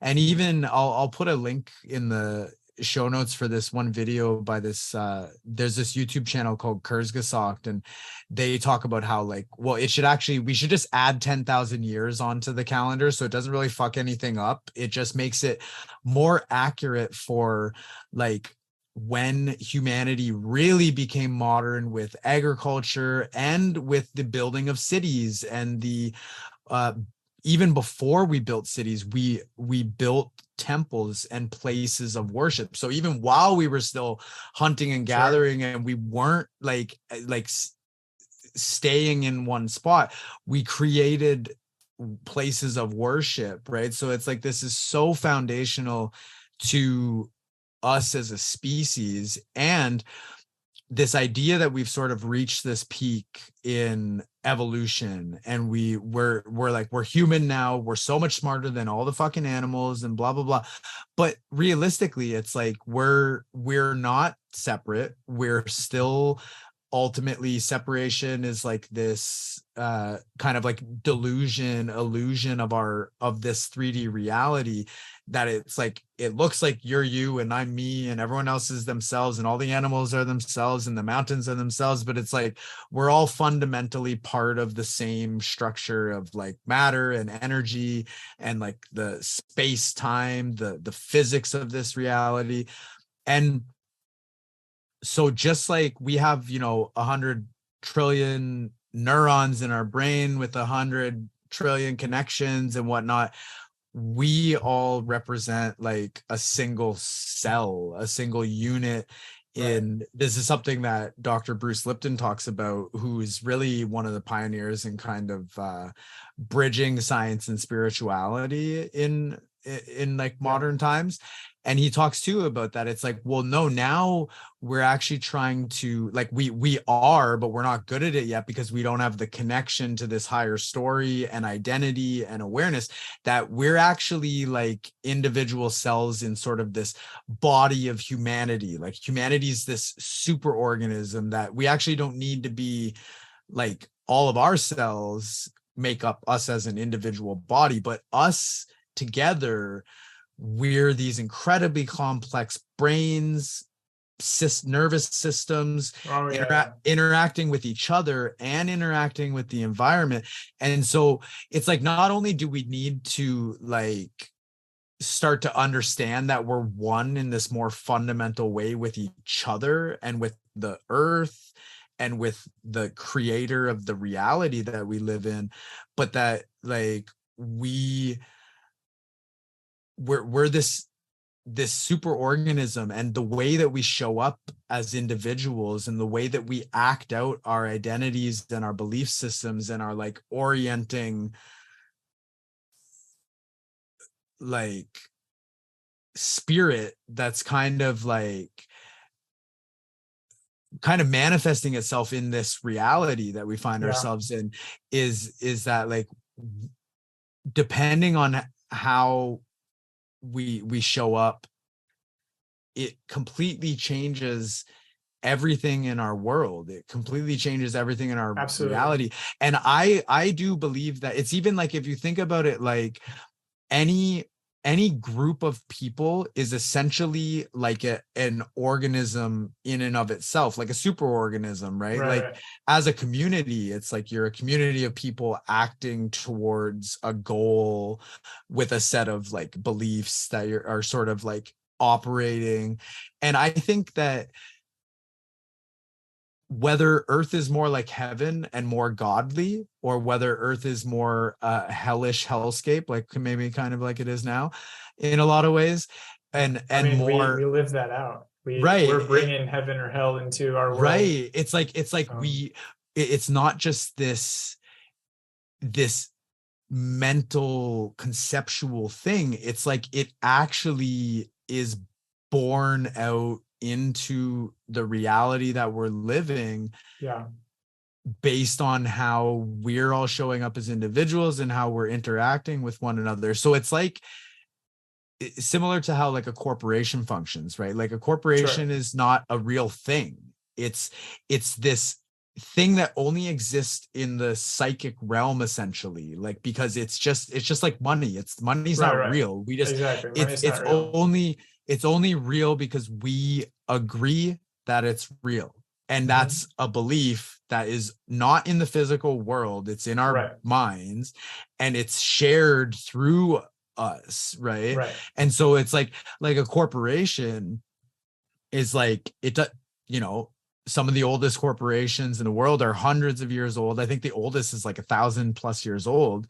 And it's like, so it outlives the life of a living creature, it outlives humanity, and humans work in service of it, in service of the needs of the corporation. So it's almost like the way that a corporation functions is sort of this spirit that's built Yeah, on the beliefs and the exactly. identity of how everyone should be orienting themselves for what purpose. Right.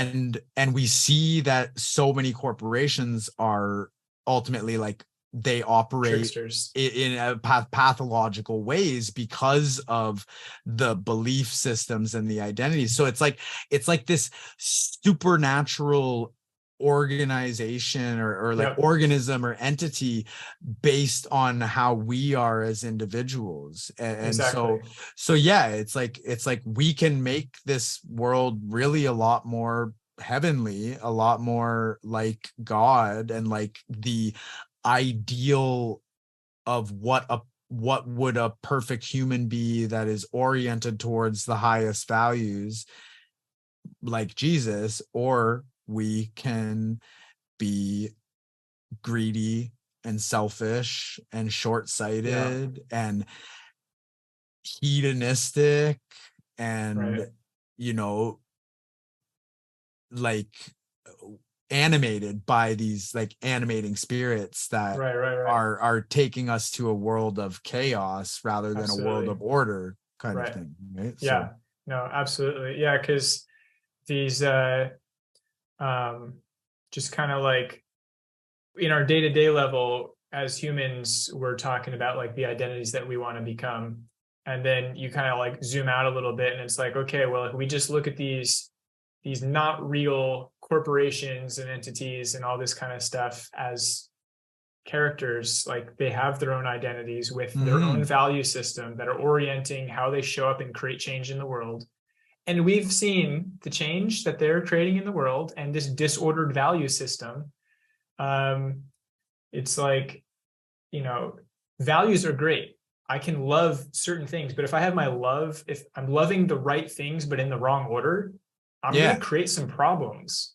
yeah, And it's we're like people who seeing, love money over yeah, not hurting people knowingly. sure, yeah, yeah, exactly, yeah. You're loving, if you love money more than your wife, then like she's gonna feel it, you Yeah, know. And you prioritize money over love, then like you sacrifice love on the altar of money, like on your workbench, yeah, for example. Or like, but if I prioritize love first, then like money will flow. But money again is, it's another one of these not real things. And so Well, there's it's these like different the energy will flow. yeah. But Yeah. like, the energy, the not real things, it like not like material thing. Well, Yeah. anyway, we're on the same page, but it's like it's these spirits at play, and it's like these are like the unseen currents that are kind of shifting us. And if we're not firm on like what is our identity, it's very easy to just be knocked over by any, whatever the latest trend is, or, the latest philosophical idea, or whatever, we just can get thrown all about. But the more clarity we have, on our identity and where we're like the identity that we're aiming towards, Yeah. then like the more firm our foundation becomes, and we can be prepared for all these things. So anyway, we got like into all kinds of awesome stuff here. I'm just so honored that you invited me onto this space, and we were able to share this conversation. Yeah, it really means a lot that we were able to have this space together. So I really appreciate that.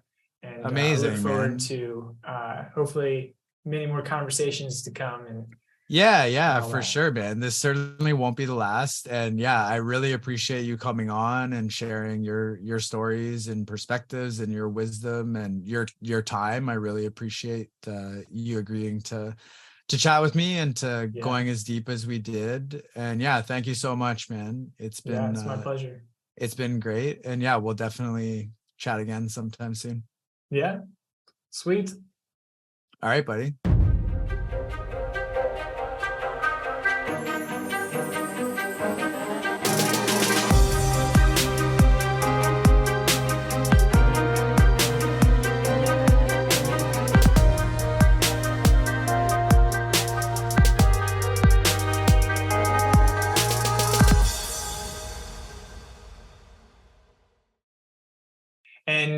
And it starts off in the beginning of this story, with Genesis, and the setting is basically like, okay, God makes a bunch of stuff and is awesome.